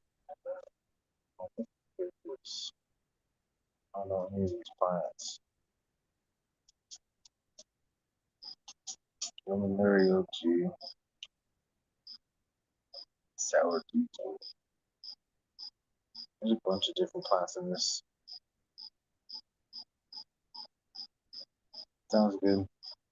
Larry OG and Sour Diesel aren't too bad to have in a plant.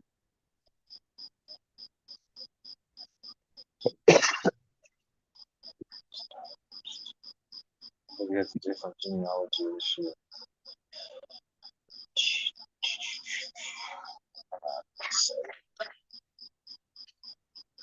My eyes hurt from reading today.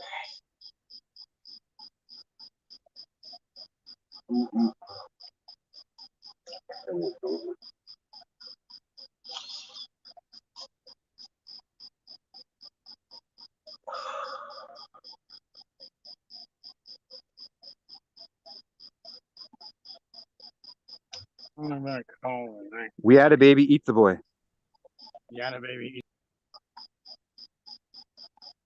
What? The heck is that? Said we had a baby, eat the boy. It was a 1-800 collect commercial a long time ago. You know, when it would ask you to state your name or whatever for the collect call, and then you would just say your message really fast instead of your name. That's how you get over on the collect call companies.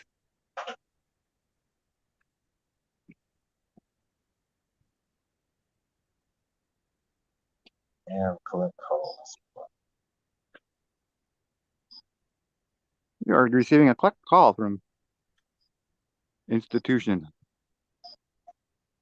The wind up in the pitch. It's hit right deep left field, right into left field. Quiet, he's back.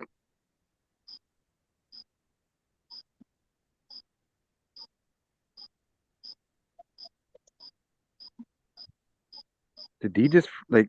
Is he like an frozen in time, or is that a background image? I can't tell. Yeah, that's background. Now kneel and kiss my ring.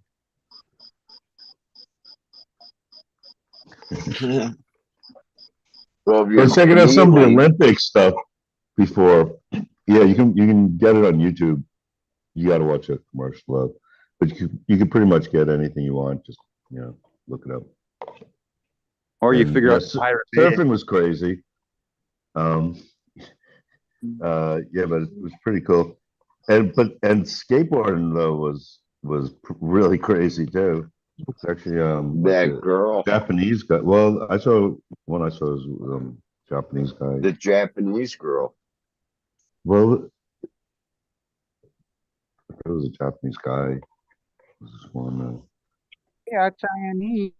If I not don't me. watch the Is guy there shit. I watch the girl shit, like beach volleyball and Yeah, stuff like that. that. Gymnastics. He's on gymnastics, beach volleyball, all the good stuff. All the good stuff. Water polo. Yeah, that's crazy. And I didn't realize that was street skating. I guess I really don't know like what the hell I'm talking about skating, I guess. But they call it street skating, but that it's kind of like like what you'd see in a skate. What would Brian Boitano do? Nancy Kerrigan? BMX. Take an after BMX two. was crazy too. Yeah, but it was okay. And there's stuff with Snoop Dogg is kind of like I guess now that they had Hart. He's our ambassador, isn't he? What? He's our ambassador, isn't he? Is that what it is? I don't know. They have like a comedian He's host. there because of one girl, I think.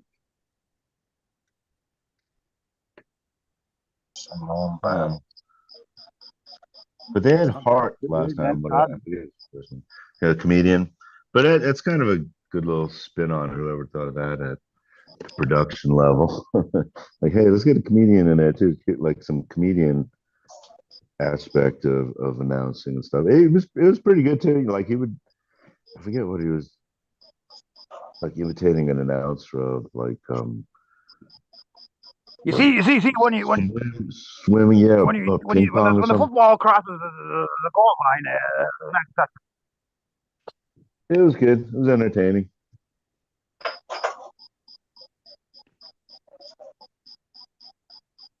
yeah.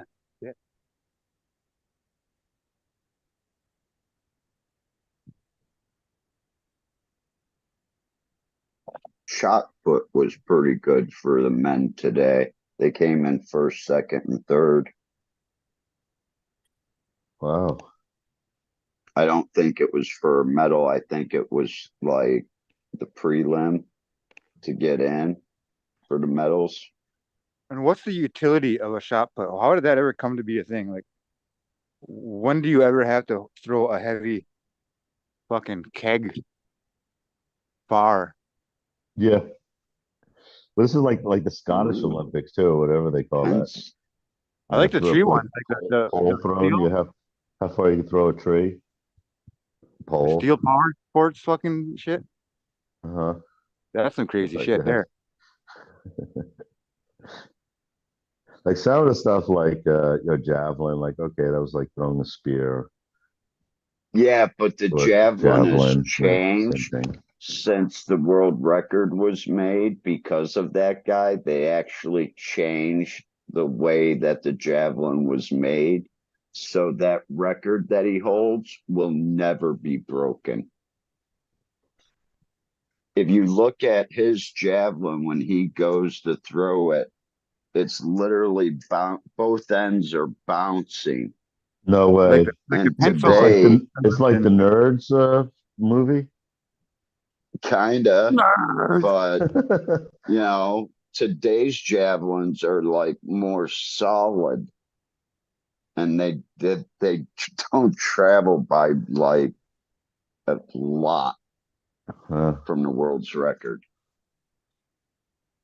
Elon Musk was just saying the other day on or on Lex Friedman that what was it? Or was it on Joe Rogan that fucking within a couple years, like a person with a Neuralink transplant will be able to play Fortnite better than like a Fortnite expert gamer, you know? Just because it'll be so intuitive and so you can move so quickly when it's the Neuralink. I heard him It's talking within a about couple some years, of it'll be the on the Lex Friedman shit. Yeah, that doesn't get talked about enough. That sounds like the most scariest thing out there, actually. Never mind yeah, AI and insane. And you know they've got to yeah. have more people. It's the researcher. They've done a lot more with it than what you know is open to us. I mean, I don't know how And many at years first, I behind wasn't sure if it was actually a physical connection or if it's just just like some kind of magnetic wave helmet kind of thing. they've But got. Well, they've got that the Neuralink like connects to fucking yeah, like they make they holes in your head. yeah they make a hole in your head and they connect More it than to holes, fucking actually. nerve Yeah, endings but or whatever fucking. But yeah. they can like the other thing that it was I was talking about this the other day with the fucking through like EEG and fucking MRIs or whatever, they can just magnetically read your mind. Like Yeah, that's the thing now. they Where can like read your thoughts. Yeah, where an you idea can of what it. literally like Yeah. read a book and it will, and it's not perfect yet, but Well, and that's it'll get kind of like the what gist of what you're saying. like that may also use AI. It probably does use some Yeah, type yeah, of it does. AI, Yeah, well, and yeah, which is it also what integrates into everything. the Neuralink will use or is using. But he was talking about, he's in talking in terms of bandwidth and like, um, it's like it makes sense for these people that are handicapped, but he's talking about like in the future, like basically like, oh, if you have Well, Neuralink, that's just to like, get it you'll be able to communicate with accepted. other people who have a Neuralink also at like super high speed, but you won't even bother to Yeah, people communicate. won't even be talking anymore. We'll just be You mind wouldn't melding be, each other. and you'll get eventually you'll be so bored of just talking with normal people that don't have a Neuralink, like you won't even. It'll be like Well, listening to we're gonna be. YouTube It's at gonna be 10th, androids. We're not. hundredth We're gonna speed. like. I'm gonna be We're gonna dead. evolve as a Yeah, species, basically. that sounded like the most, yeah, like the most far out thing. And you'll be like, how you can't even. You'll be just like your thoughts will be in everyone's head or Well, whatever not he's that, but hooked up you to. It have was the no. way he You was. won't I don't have know any what he thoughts was Oh thinking. yourself. man, whoever I got don't know in what my the hell he head, was they'd thinking be with it. fucked. They'd be in a psych ward. Right? But the other crazy thing that's like coming to a But you'll be able pinnacle to here, communicate with a computer at the that speed. longevity threshold they call it, which is where like we're getting to the point where for every year you live, you can live another year, like No, with medicines, to where they no. say that um I think Elon Musk said in that in the interview the other day that there's a very good chance that the first person to ever be immortal is already alive today, or like the first person that will live 400 years is currently living already, and that's a fucking guy. I just got chills saying that, but that's not science fiction. That's science fact. No, it's still prediction, but yeah, maybe. Oh I'm yeah, still, but Yeah, I mean, 65 and what you checking can do, you out. can be immortal. They make immortal cells there now. are immortal uh, Immortal, organisms. yeah. There's hamster. There's an immortal hamster ovary cell line that they use in laboratory. You can get this thing. It's like already like 75 years old or something. Yeah, I forget. Well, Anyway, the it's older than any planarian mouse has ever lived. This line of mouse that's something to cells. do with their shortened telomeres or something like And they that. call it immortal. They call these immortal cell lines, for lab work. And that, but like, what are they? Planarian flatworms are technically immortal. They don't. I mean, unless if like they can still die if you smash them with a fucking rock, basically. But otherwise, they don't age. They fucking the ones that are living today are the same organism that was. I mean, they're like 400 million years old or something like that. crazy. And there's some other ones too, like I think naked mole rats maybe don't age or something like that. I don't know. Well, I know the planarian flatworm ones though. Viruses and bacteria technically too. Maybe, I mean, And this we need divides. viruses. Like, we wouldn't be here without viruses. Like what It's it kind of like a it's descendant, but is it a descendant? Divide, it's something like what like 20% of our bodies are viruses or something like that. I'm probably getting that stat wrong, but like something to do with the fact that like we can't procreate without a virus that fucking like makes the fucking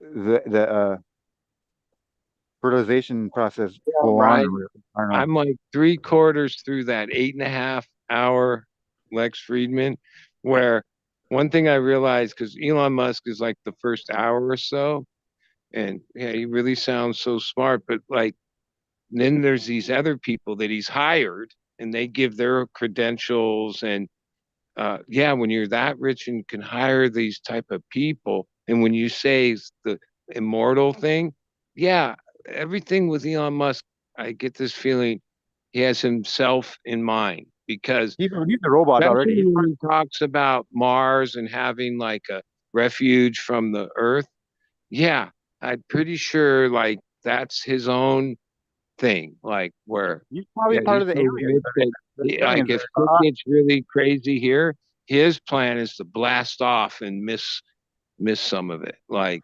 that's why yeah, he's weird. But some of those other guys, fuck, they were smart and some of the shit they're working on, like oh yeah, basically dust. Like even the one guy explained, yeah, it's not electromagnetic.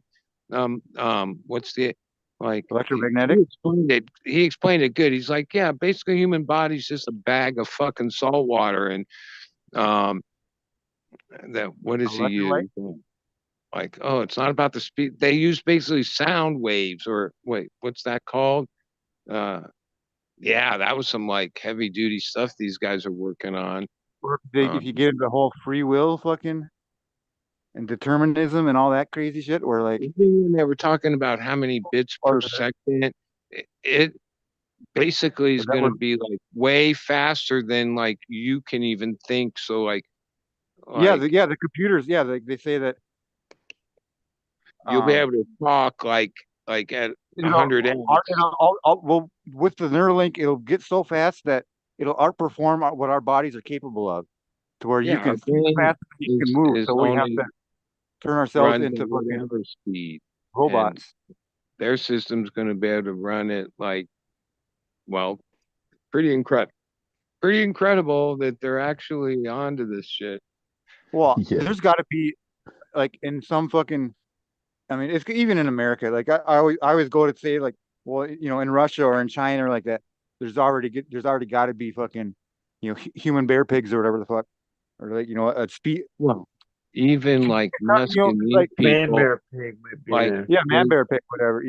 It's got to they be say out there already. whatever This is publicly, DARPA. but who knows what they are doing like that they don't talk about, like Oh yeah, you no know, shit. that might be ethically questionable and yeah. Yeah, no, there's. I mean, the things like they say that they got robots that can move so fast that you need a strobe light to see them. It's like what? Or they've had little fucking mosquito sized fucking drones for decades or whatever. And we don't even talk about the fucking a monkey played pong in his mind on a computer. Like, and that was like 10 years ago. And that's old news. Well, even the one guy in that interview, when he's explaining it all, he's like, well, we got to start at the beginning. In 1740, and he went to all the different uh, people that invent, like that led to where we are today. Like it's Yeah. like meaning the concept. Even back then, it took until Well, like like the the Archimedes, 1900s until we like accepted that we were electrical. You know what I mean? That yeah. the what's it called? The ether and all that shit. It goes back to Socrates and fucking Archimedes and whatever. Yeah, I I don't know. mean, And then I never then knew what then to there's the think whole thing when they about say that Elon. Like, to me, it's like, what? He's so fucking weird, and he's interesting to listen to. There's no question, and he's definitely like breaking new ground. He's doing shit that he's a figurehead though too. I just yeah. published, And it's that's all kind of what I was saying. It's like, yeah, no wonder you can talk and know all this.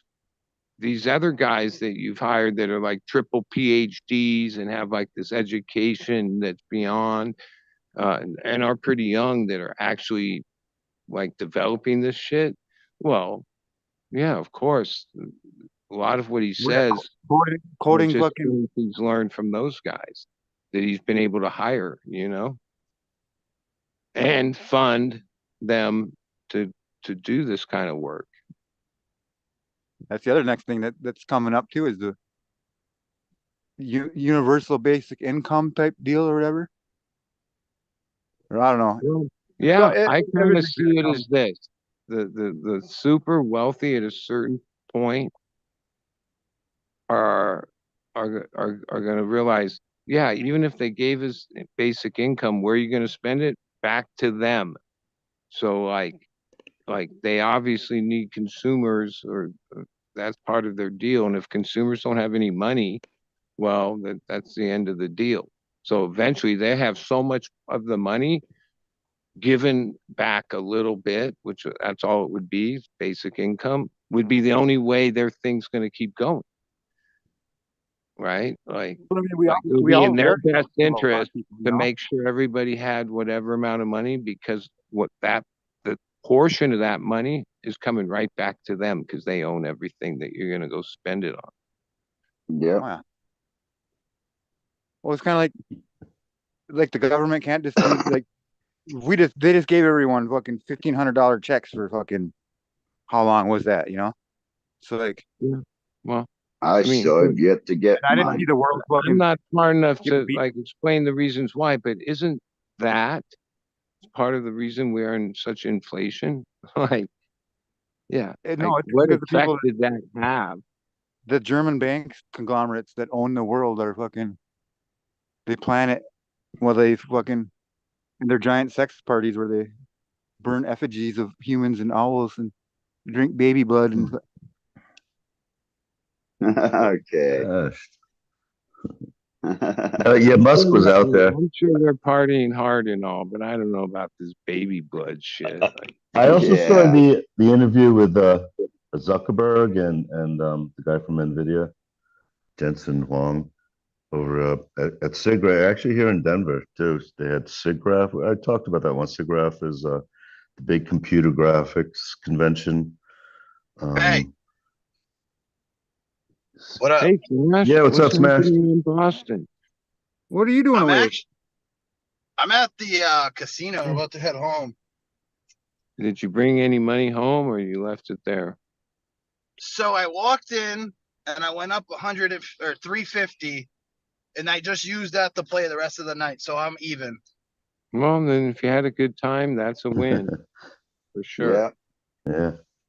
I put the last of the profit on black, and it didn't hit.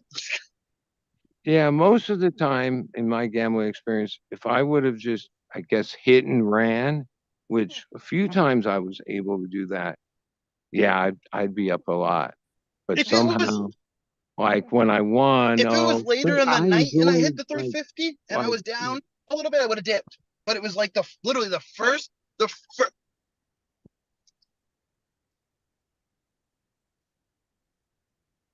oh, The first hour he just hit. well, And like then the next 3 hours he being slowly like lost it back.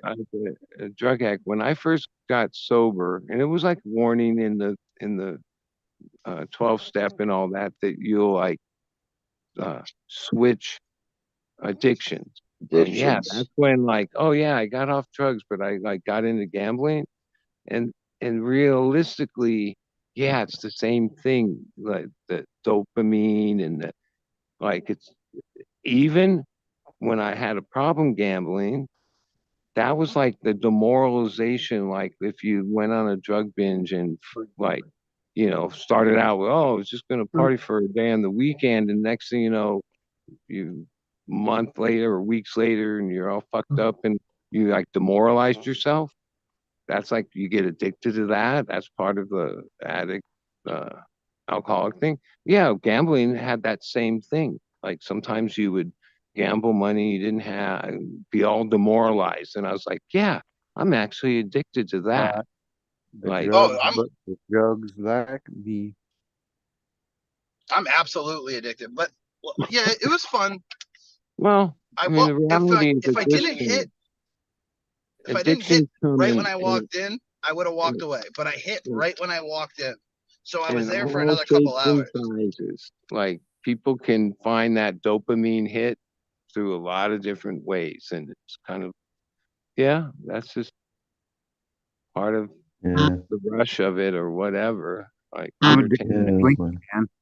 All right. Everyone loves I a gotta get Slinky. out of here. I need my phone for maps. If you guys are still on when I get home, I'll jump back on. Yeah. Yeah, later. Later. Yeah, Even gambling's weird. you could tell It- Smash is high. Like he's high in gambling. I know Yeah, he that. was up. Yeah.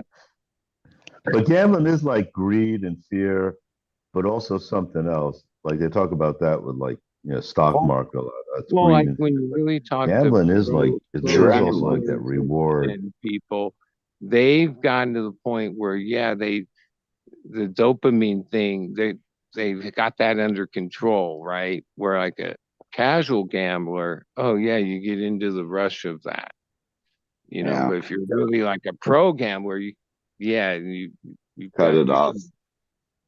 you kind of like can't let that Yeah, it's the more best. like business. Yeah, you get more Got to serious. shoot PCP between my toes just to feel nowadays. That's like a long-term rush that you're looking for rather than that And instant a lot of gratification. the things that I've had to give up, yeah, I abused my right or my ability to enjoy those things, right? Because yeah, I have like addictive personality. Like that's part of like, yeah. And I realized, oh, yeah, why I pretty much stay away from gambling is because yeah, I can never just do it at this level. It always turns into like a binge that usually doesn't end well. It's fun for a few moments in there, but yeah, same with drugs. Be nice if yeah, you could just enjoy a few substances without all that. The huge negative parts of them.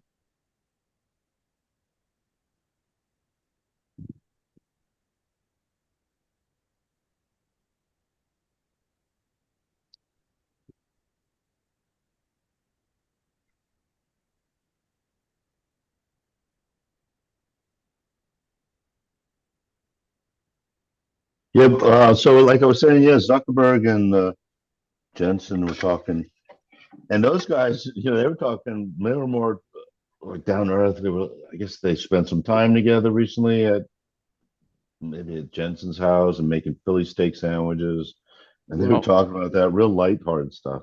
I And started Elon Musk watching was Lex Friedman a talking couple like years ago. new Some of humans. his interviews were really good, with different people. But then over time, I've Bud, you realized got to be that guy's careful like the to let biggest. people talk. Jeff gets talked over quite a bit. I'm sorry. That Lex That's okay. Friedman in the last, even Yeah, though I still listen to him, I realized like he's this weird thanks. pompous asshole. You know what I mean? Like, yeah. And some of the questions he seems to like act like he really asks good questions, but sometimes he's like just a shill. He I'm really also though sour gets on to talk to. Friedman. I quite liked him for a while, but he asks these kind of repetitive, bare bones questions. And not only that, the thing that's really driven me nuts is that he's a Putin apologist, basically. So I don't know. Long story short, I've kind of soured on the guy. But I love that those like long type interviews with certain people. Like Smart people. Like he's yeah, also he's I, around.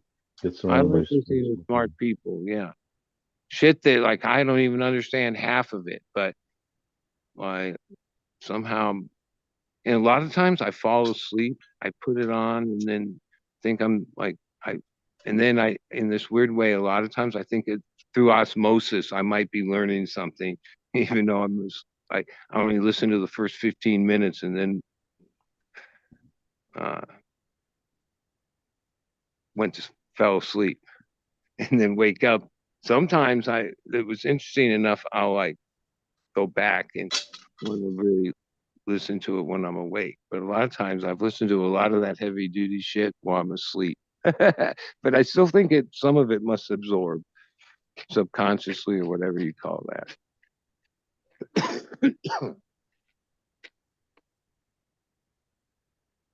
Yeah, I was going more for like the 20-minute cut up, episodes. So I go through the long ones too, but he's with Elon, just give him the bits, and it was intense enough. Yeah, he was talking about the humanoids also, Optimus, and how that's intense. He missed one point, like he does follow up, but you could tell.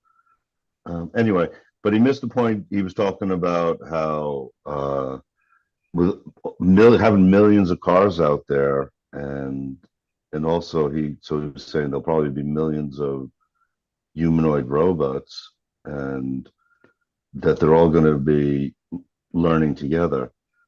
But yeah, it's like he should have said.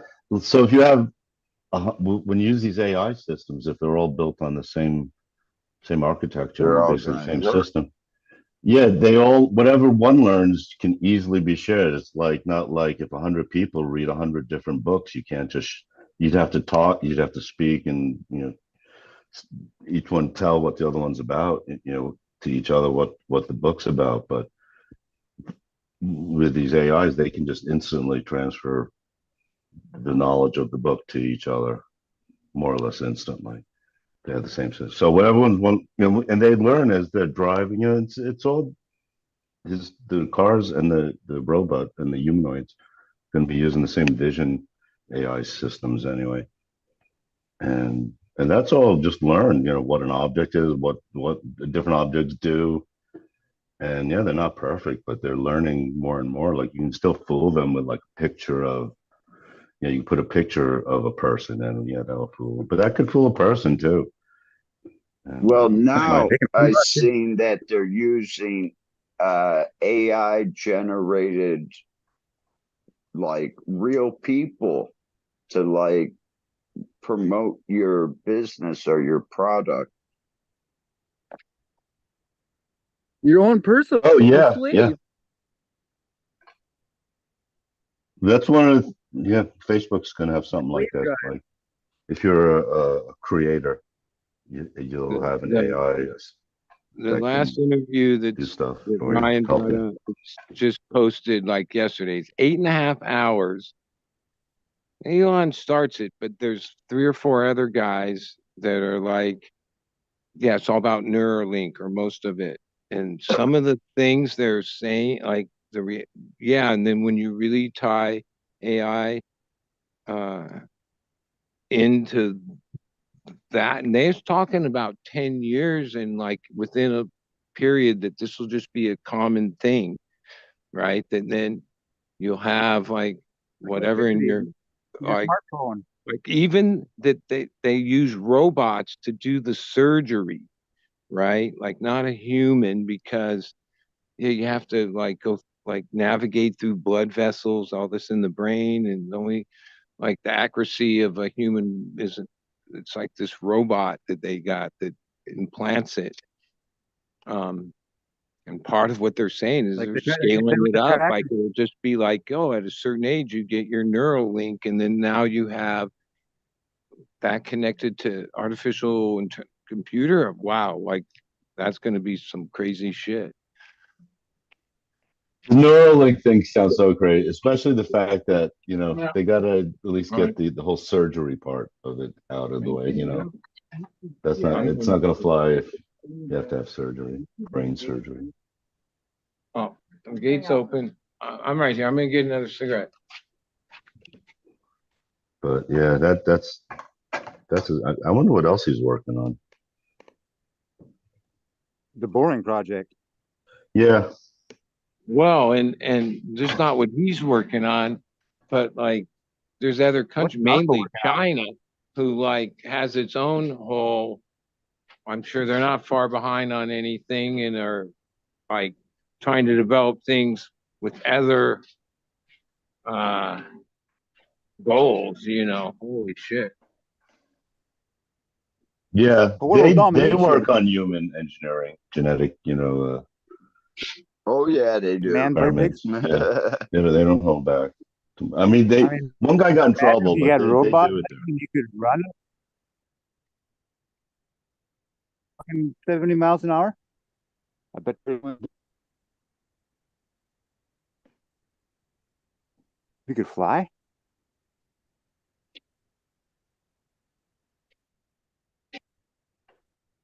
I They're can getting fly. good. Don't fly too close to the sun. You'll melt your wing. I don't have wings on my arm. I just put my arms out.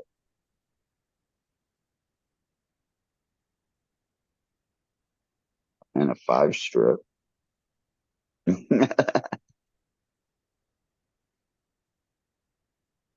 I think I'm going to do that for my birthday.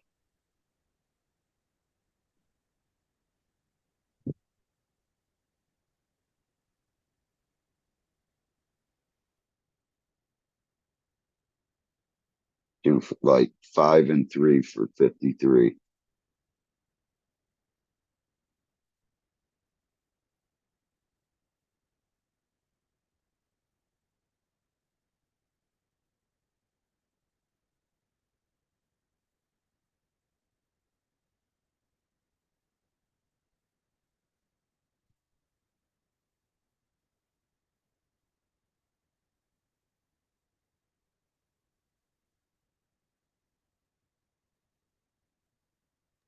Well, I've reached my limit. The end of this second one. Well, how was that whiskey? To tell you the truth, yeah, not as good as the one before.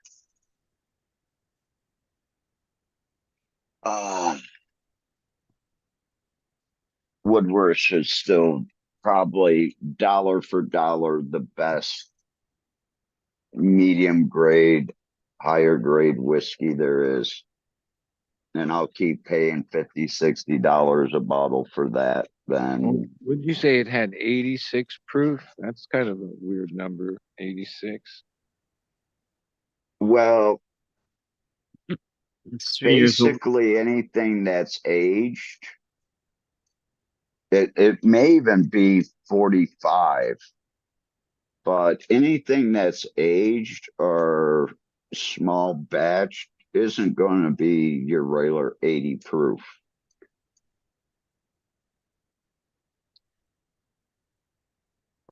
Like Woodworth's isn't.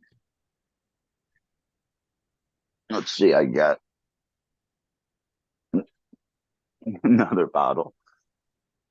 45.2% alcohol.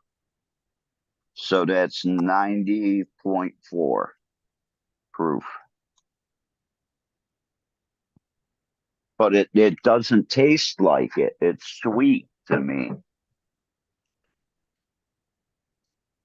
And that's what I enjoy. I don't like the bitterness. This one's got a little bit of bitterness that they didn't age it long enough. Yeah, I'm not into alcohol, but I know, yeah, that the age stuff is where it's at, right? 12 years. Yeah. And that. Well, for bourbon, 5 years is good.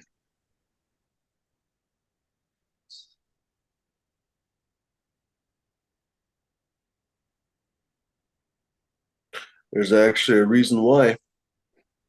The reason why is that all bourbon, to be bourbon, first of all, has to be made in a couple specific places, but also it has to be made also with a specific mash bill, basically. So you can't make it with random shit.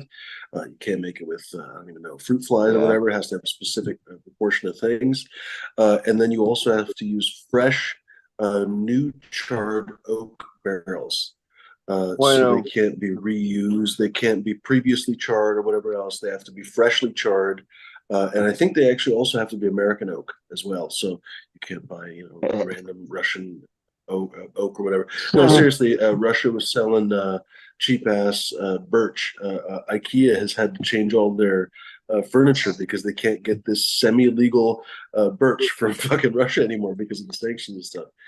Anyway, so long story short, you only really have to age something in a barrel like that for 3 years, and you get all that beautiful color and the wonderful tannins and all that sweetness, the vanilla and everything else. Whereas, let me finish my thought, bud. Whereas when you then resell it, basically, because the bourbon barrels can only be used once, because it has to be, again, it has to be a fresh, newly charred barrel. So as soon as you're done with it the first time, you have to basically throw it away. Well, why would you throw it away when other people would buy it for actually really good money?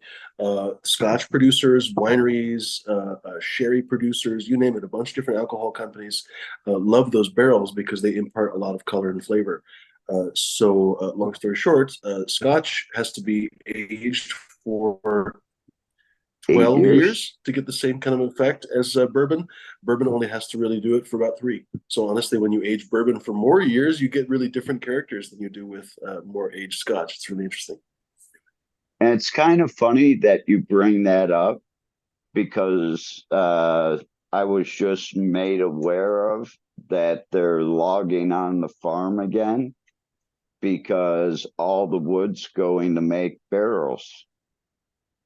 Well, I was just thinking, yeah, I mean, the price of these oak barrels must have gone up so much, like just like the price of wood, especially oak. Well, that's why they're cutting it. Good barrels have always been expensive, though, because of course they have to be handmade, water and airtight, but in just the right amount, because you actually want the barrel to be able to breathe a little bit. So they have to be made correctly, right? And so all the metal work and everything has to be done right. Anyway, they've always been pretty expensive. Well, and I imagine like not all oak is created equal, and certain No, I don't think so. Yeah, better suited, or yeah.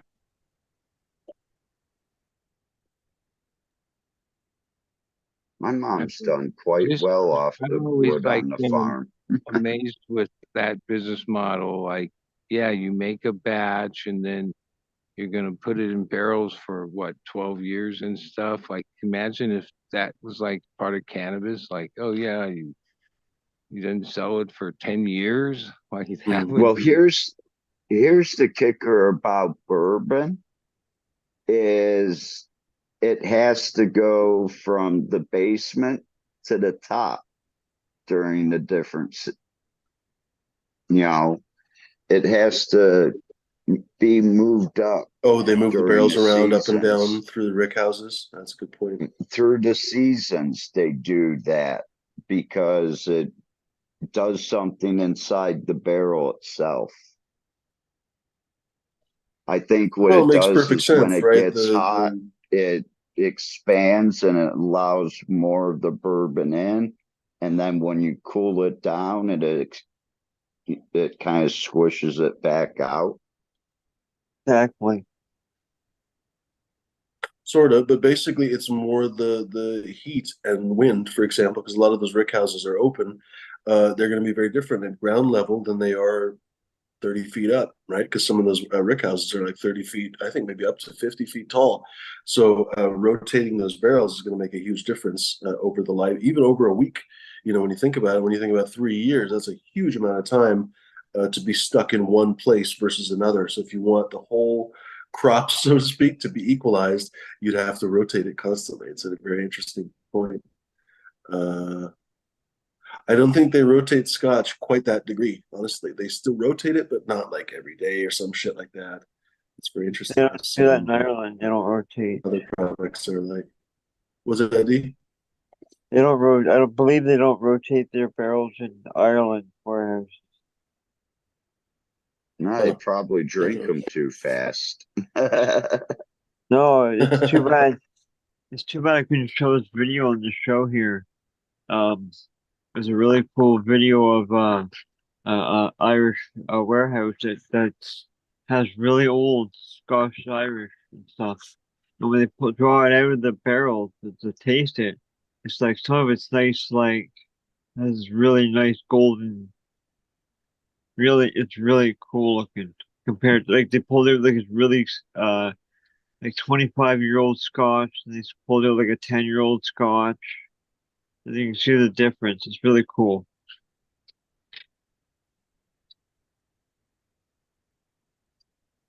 Over.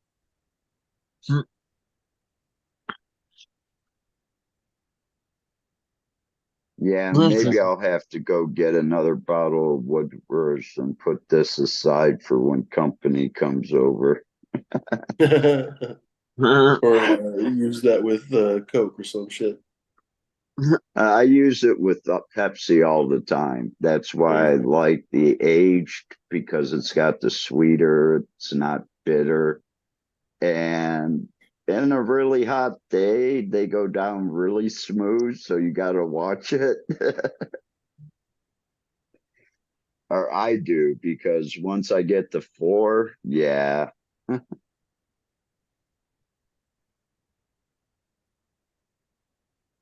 What do they make mint? Oh, I was gonna say no, that'd be a totally different drink, right? I was gonna say mint juleps, but that's rum and mint and simple syrup, right? Yeah. Yeah. The No reason why you Kentucky couldn't use Derby bourbon though. drink. I'm sure somebody does. I wonder what that's called. Bourbon, simple syrup, mint. Be good.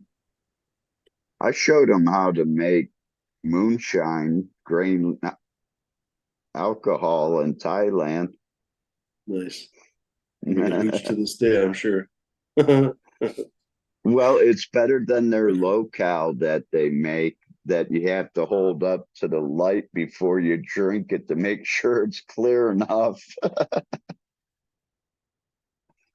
I went to a party and we were drinking that, and that's their like rice moonshine. But the thing of it is they don't clear the head off of it in the villages. So if you get a bottle, you got to hold it up to the light to make sure it's not cloudy, because if it's cloudy, you don't want to drink it. Yeah, that's methanol. That'll make you go blind. Yeah. You fuck that. I usually take the first quart and throw it out, Yeah, if exactly. not the first couple. But Yeah, now they're starting to take some of the later of that and jar it up and mix it, because it that's does have a dangerous. different profile off of it. That's crazy. I wouldn't be drinking that shit. Fuck that. Well, it's after you take the first runoff.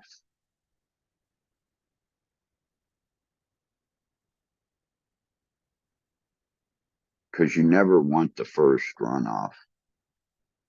And hey, if anybody ever does it and you hit between like 176 and 181, you're doing all right.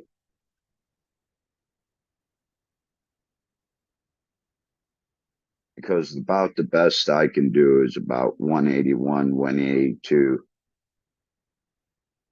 I'm going to try it next time with more sugar, though.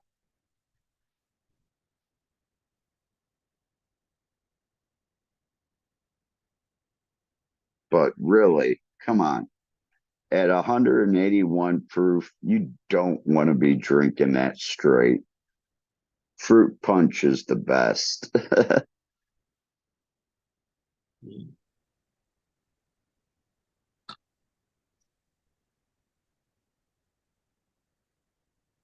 I had a friend that had a 5-gallon little oak barrel. It was an older one. He left his moonshine in there for like 2.5 years.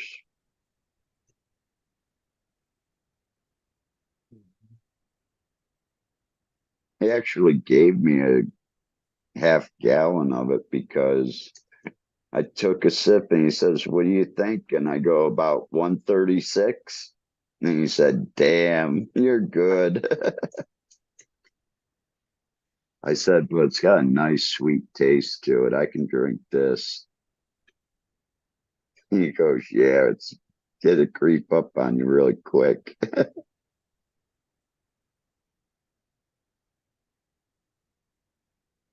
And this was at a cannabis event.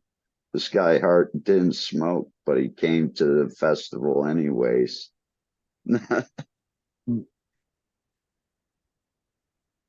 Hey, you know, when you're an outlaw, you want to be around other outlaws because you can't share your craft with everybody.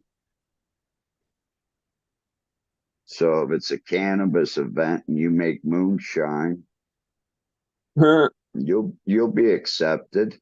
You're an outlaw. Yeah. Yeah, I've always felt like a kindred spirit to like moonshiners, being a weed grower. Like, Yeah. even times change, it's sort of the same basic thing. Especially now with the legal market. Yeah, it's basically the same thing.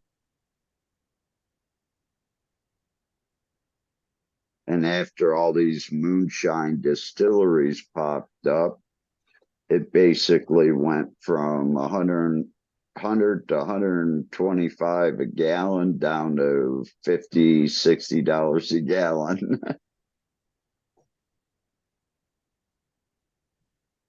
So we took a big hit there too. We lost half our price.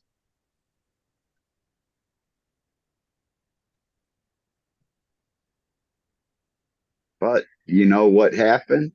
They started making apple pie and adding peaches to it, and then started to make brandy.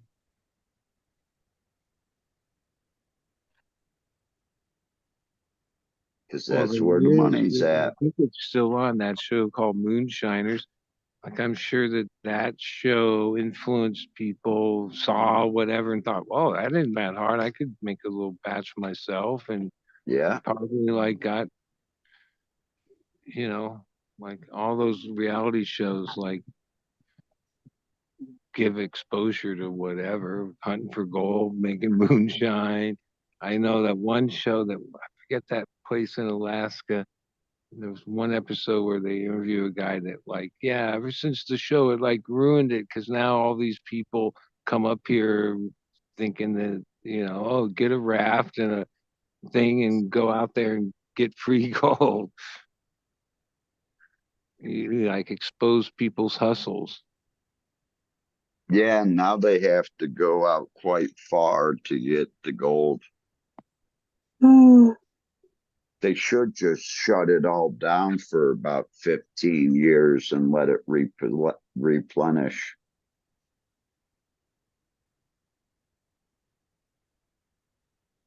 Having a good night, guys. I'm gonna jump off now. All right, See you Later, soon. D. Yeah, have a good night.